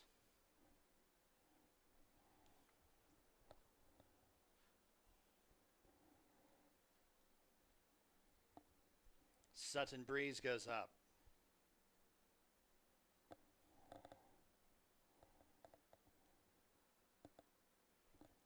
The End.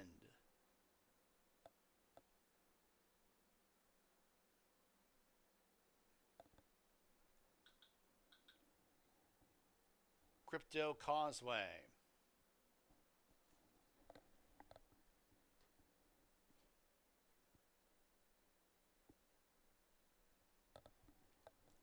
More Vino. And Pompous Prince, the last to load up.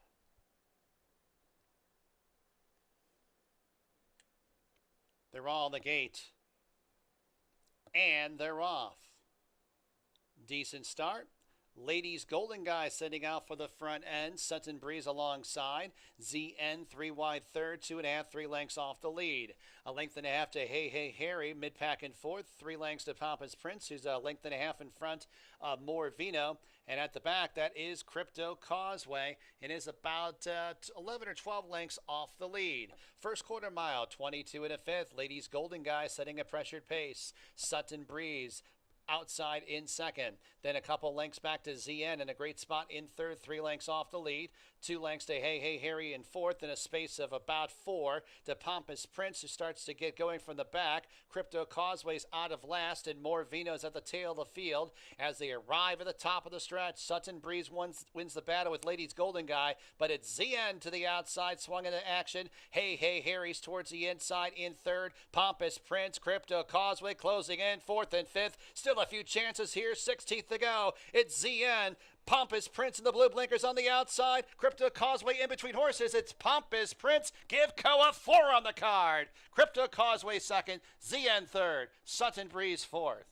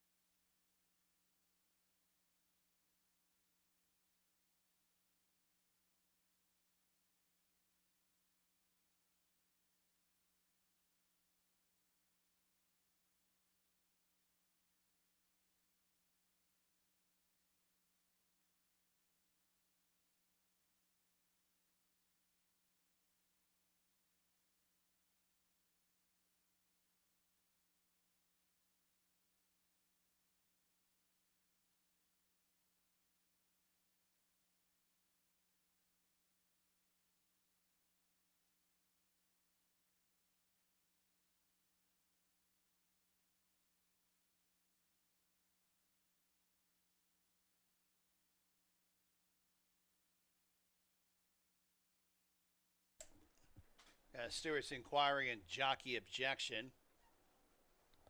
Looking at the stretch run, rider of the 3 Hey Harry has lodged an objection versus the unofficial. Well, we'll wait. It's not against the winner. It's against the 4 ZN. You can see the head-on shot right now of the stretch run if you look at TV monitors or the Jumbotron in the infield.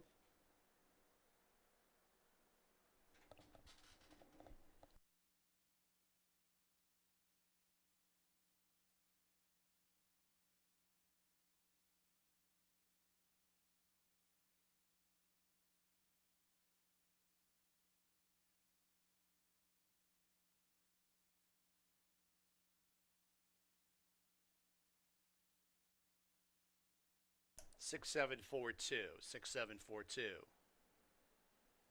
And the jockey objection is 3 versus 4, and as well as Stewart's Inquiry. Looking at that potential incident in race 7.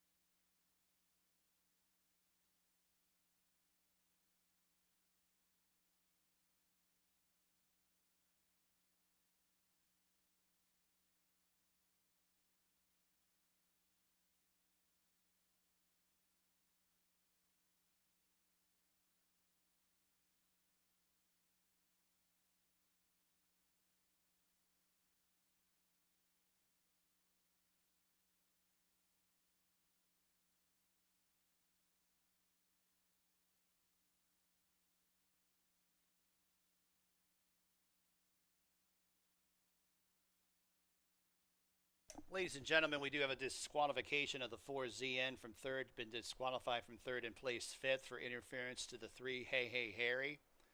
So ZN has to go behind the horse that she interfered with. That's the 3. So new order of finish 6-7-2-3. ZN DQ'd from third to fifth. Here's the replay right now. Harder to see on the pan shot, but right there you can see the 3 blue cap Hey Harry taking up. 4 drops over. Much better view is the head on. ZN in the white face, white strip, if you will, coming over on the 3 Hey Harry right there. That's the reason for the DQ. Pompous Prince is your winner, a New York bred 6-year-old bay gelding by Palace out of Pompous Lady. Dam Sire's Dream Racing Stables owns. M. Anthony Ferrero trains. Caber Koa, the winning jockey. 3 wins for M. Anthony Ferrero. 4 wins for jockey Caber Koa. Mr. and Mrs. Brian Guy Rice, bred Pompous Prince. 6-7-2-3. your new order of finish in race 7.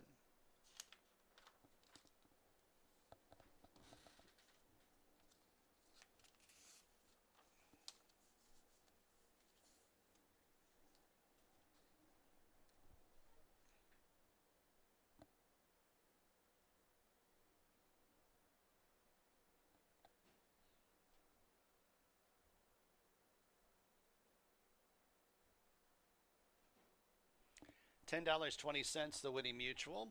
Double $35.16. Exacta $133.50. Trifecta $111.28. Super $75.94. Eighth and final Finger Lakes. Scratch the 1. Jason Liam.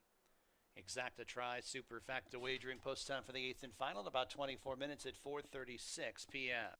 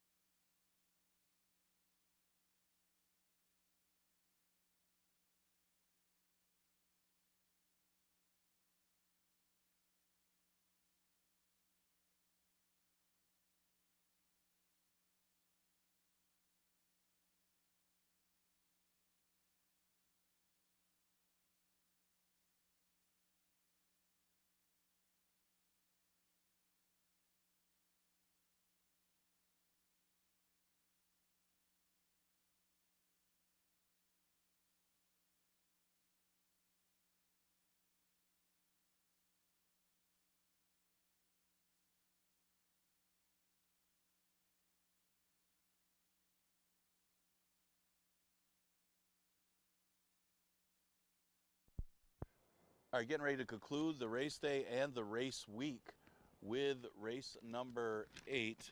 What a great feature we had. I mean, that was Pompous Prince able to get enough of a pace between Ladies Golden Eye and Sutton Breeze to get something to run at, and he was able to. Actually, the closers ran 1-2. Pompous Prince. It's good to see Crypto Causeway wake up a little bit for Donna Beretta to run a solid second. I guess the real story and what we were watching there was how ZN would do. She actually ran extremely well. I was impressed by ZN. Obviously, she was overbet. The expectations were too big for her, but she ran well. I know she ended up getting DQ'd as she drifted in late, but I thought ZN ran extremely well going against male competition to finish third before getting DQ'd, or fourth, whatever she was. I don't know. 8th race, scratch the 1, Jace and Liam. And we'll look at some of the contenders here. It's another race that just, I mean, there's not a lot of speed in here. I thought the 4, Celtic Ledger, might be the one that could take the initiative and go to the front end. I mean, this horse did show speed when she broke her maiden at the 11-9 level. She had to chase after Classy West last time, and now she gets some class relief dropping to 5,000. This is lower than where she broke her maiden. She doesn't have much speed to contend with. She's currently at odds of 2-1, looks to be the horse to beat in the last. The 2 Soho Knights is an interesting one. She is getting some play at 5-2 as she takes a big drop in class back down to 5,000. She was running at 5 here. She actually broke her maiden for 5, but she had kind of a walk on the front end in a route race. Kind of not going to happen here. So the big question is going to be distance for Soho Knights. She doesn't really have much for sprint speed, and so she's going to have to kind of stalk and try to chase after Celtic Ledger here. But she's got enough class. She ran second for 50,000 at Saratoga and then ran second against 2 lifetime 5,000. So you don't know what to expect from this horse. You'd rather see her going long, but her numbers are good enough to be competitive despite this being a short race, and does pick up Jackie Davis. Jessica's Ride's an interesting one, too. She has taken some money here, but the lack of activity is a little scary if you're taking a shorter price on her. She hadn't run for over 2 years, from August, the Saratoga meet in 2023, came back here in October of last year. That's over 2 years away. But what's good about Jessica's Ride, after getting that race in her, she dropped to 5 and won for fun. So, the layoff might not be a big problem for this horse. It's less of a layoff going from November till now. And she's got some talent. To only have 2 starts after a 2-year layoff and win one of them is actually a pretty good training job by Buckley. And now see if she could come back and win again in for the waiver claim. She's obviously dangerous in here despite the lack of activity. Thrills No Bills, she plays too. I mean, she comes off 2 straight seconds. She does come out of easier races for the condition. Esther Salad, she tried going long. I don't know what she was doing in that race, but she ran second to another main speed horse. Grand Golden Road is not too bad in the condition. So she's running well. She looks like she's more of an underneath horse in this spot, but if the pace does back up, she's one of the horses that can pick it up and close some ground. But it doesn't look like there's much for speed in front of her to chase after. Exacta Try is super offered in the last. Again, we scratched the 1, Jason Liam. We continue with live racing on Monday with a 12:55 first post. See you then.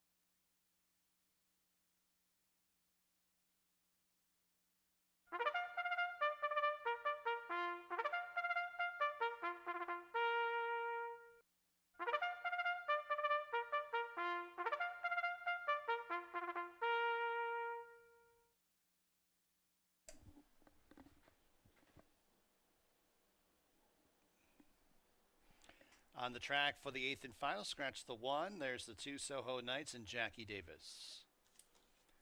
Number 3 is Out of the Cloud, Michael Davila Jr.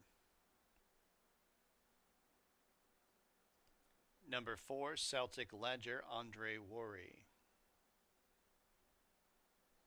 Number 5, Thrills with No Bills. Go to the 6, Bounty Killer, Laird Bailey up. Number 7, Jay's Love, Nasario Alvarado. Number 8, Jessica's Ride, and Kevin Navarro. And there's the 5, Thrills with No Bills, and Oscar Gomez. Post time in a few.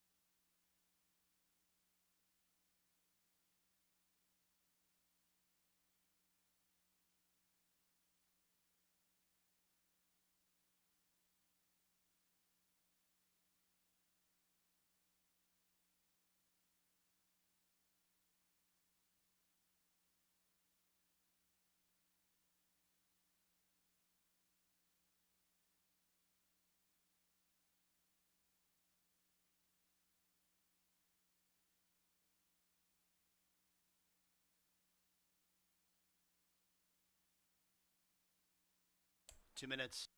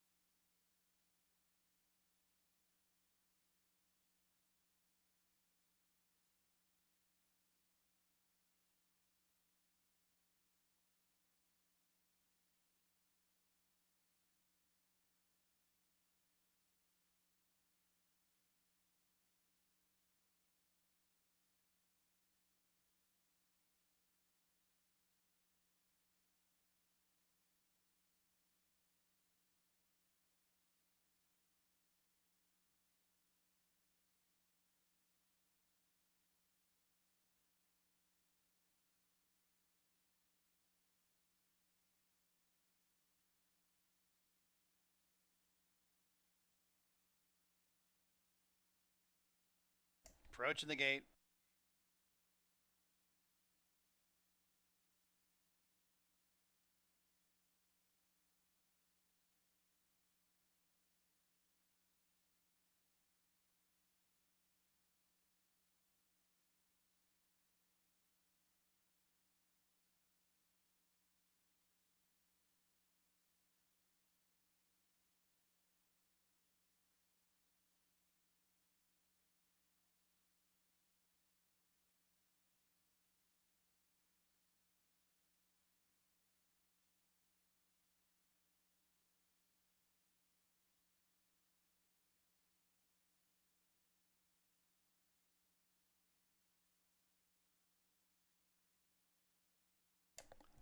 And the horses have arrived at the starting gate for the 8th and final from Finger Lakes.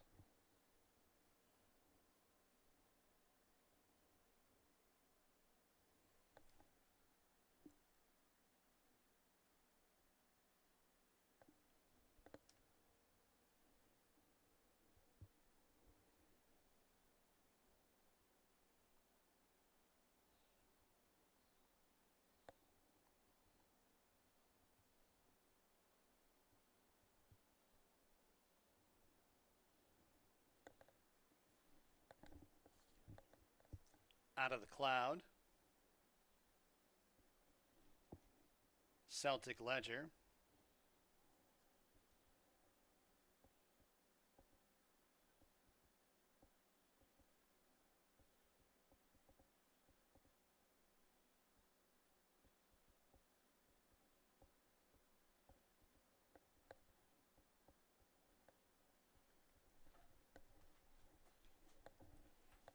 Jay's Love and Jessica's Ride.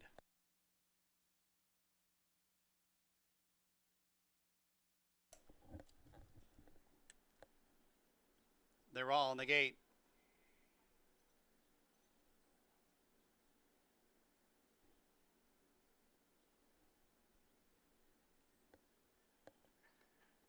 And they're off. A little bit of a tangle start for Out of the Cloud. It's Celtic Ledger and Thrills with No Pills who send out for the lead. Jessica's Ride now up into second on the extreme outside. And then it's Jay's Love in the orange cap into third. Thrills with No Pills in fourth. Bounty Killer in some tight quarters fifth. A space of 4.5 back to Out of the Cloud is 2 lengths in front of Soho Knights in the 7th and trailing position. Celtic Ledger's on the point, has the lead by 3. Jessica's Ride in pursuit in second. Jay's Love towards the inside third. Bounty Killer fourth.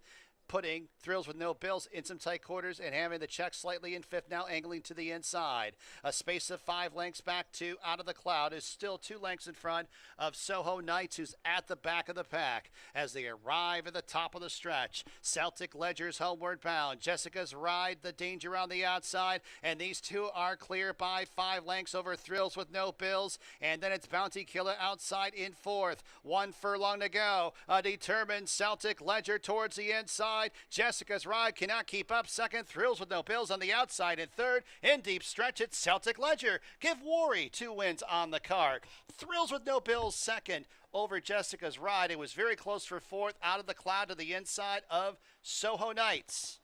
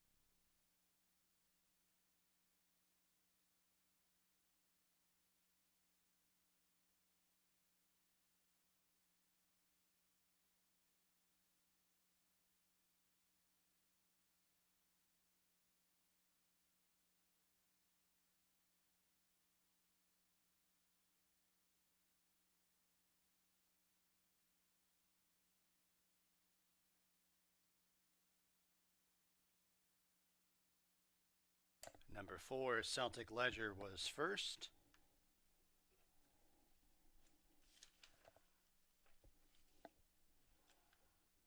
Six furlongs, 113.17.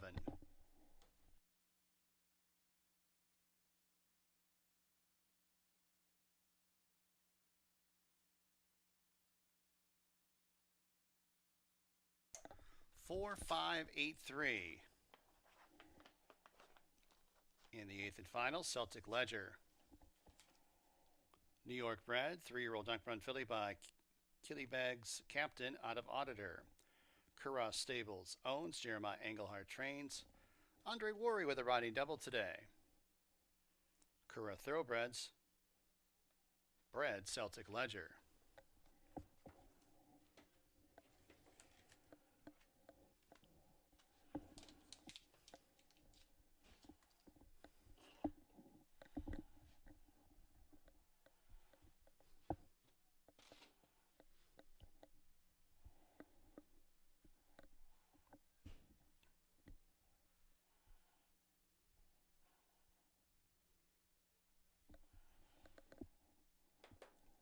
$3.64 the winning mutual. Super $16.70. Pick 3, $22.32. Pick 4, $57.89. Pick 5, 5 of 5, $230.50.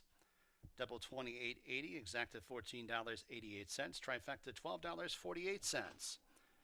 8th race, last live race here at Finger Lakes for a Wednesday. Next live racing date will be Monday. First post 12:55 p.m. From high atop the roof here at Finger Lakes Gaming and Racetrack, this is your track announcer, Bill Downs, signing off. Have a great evening.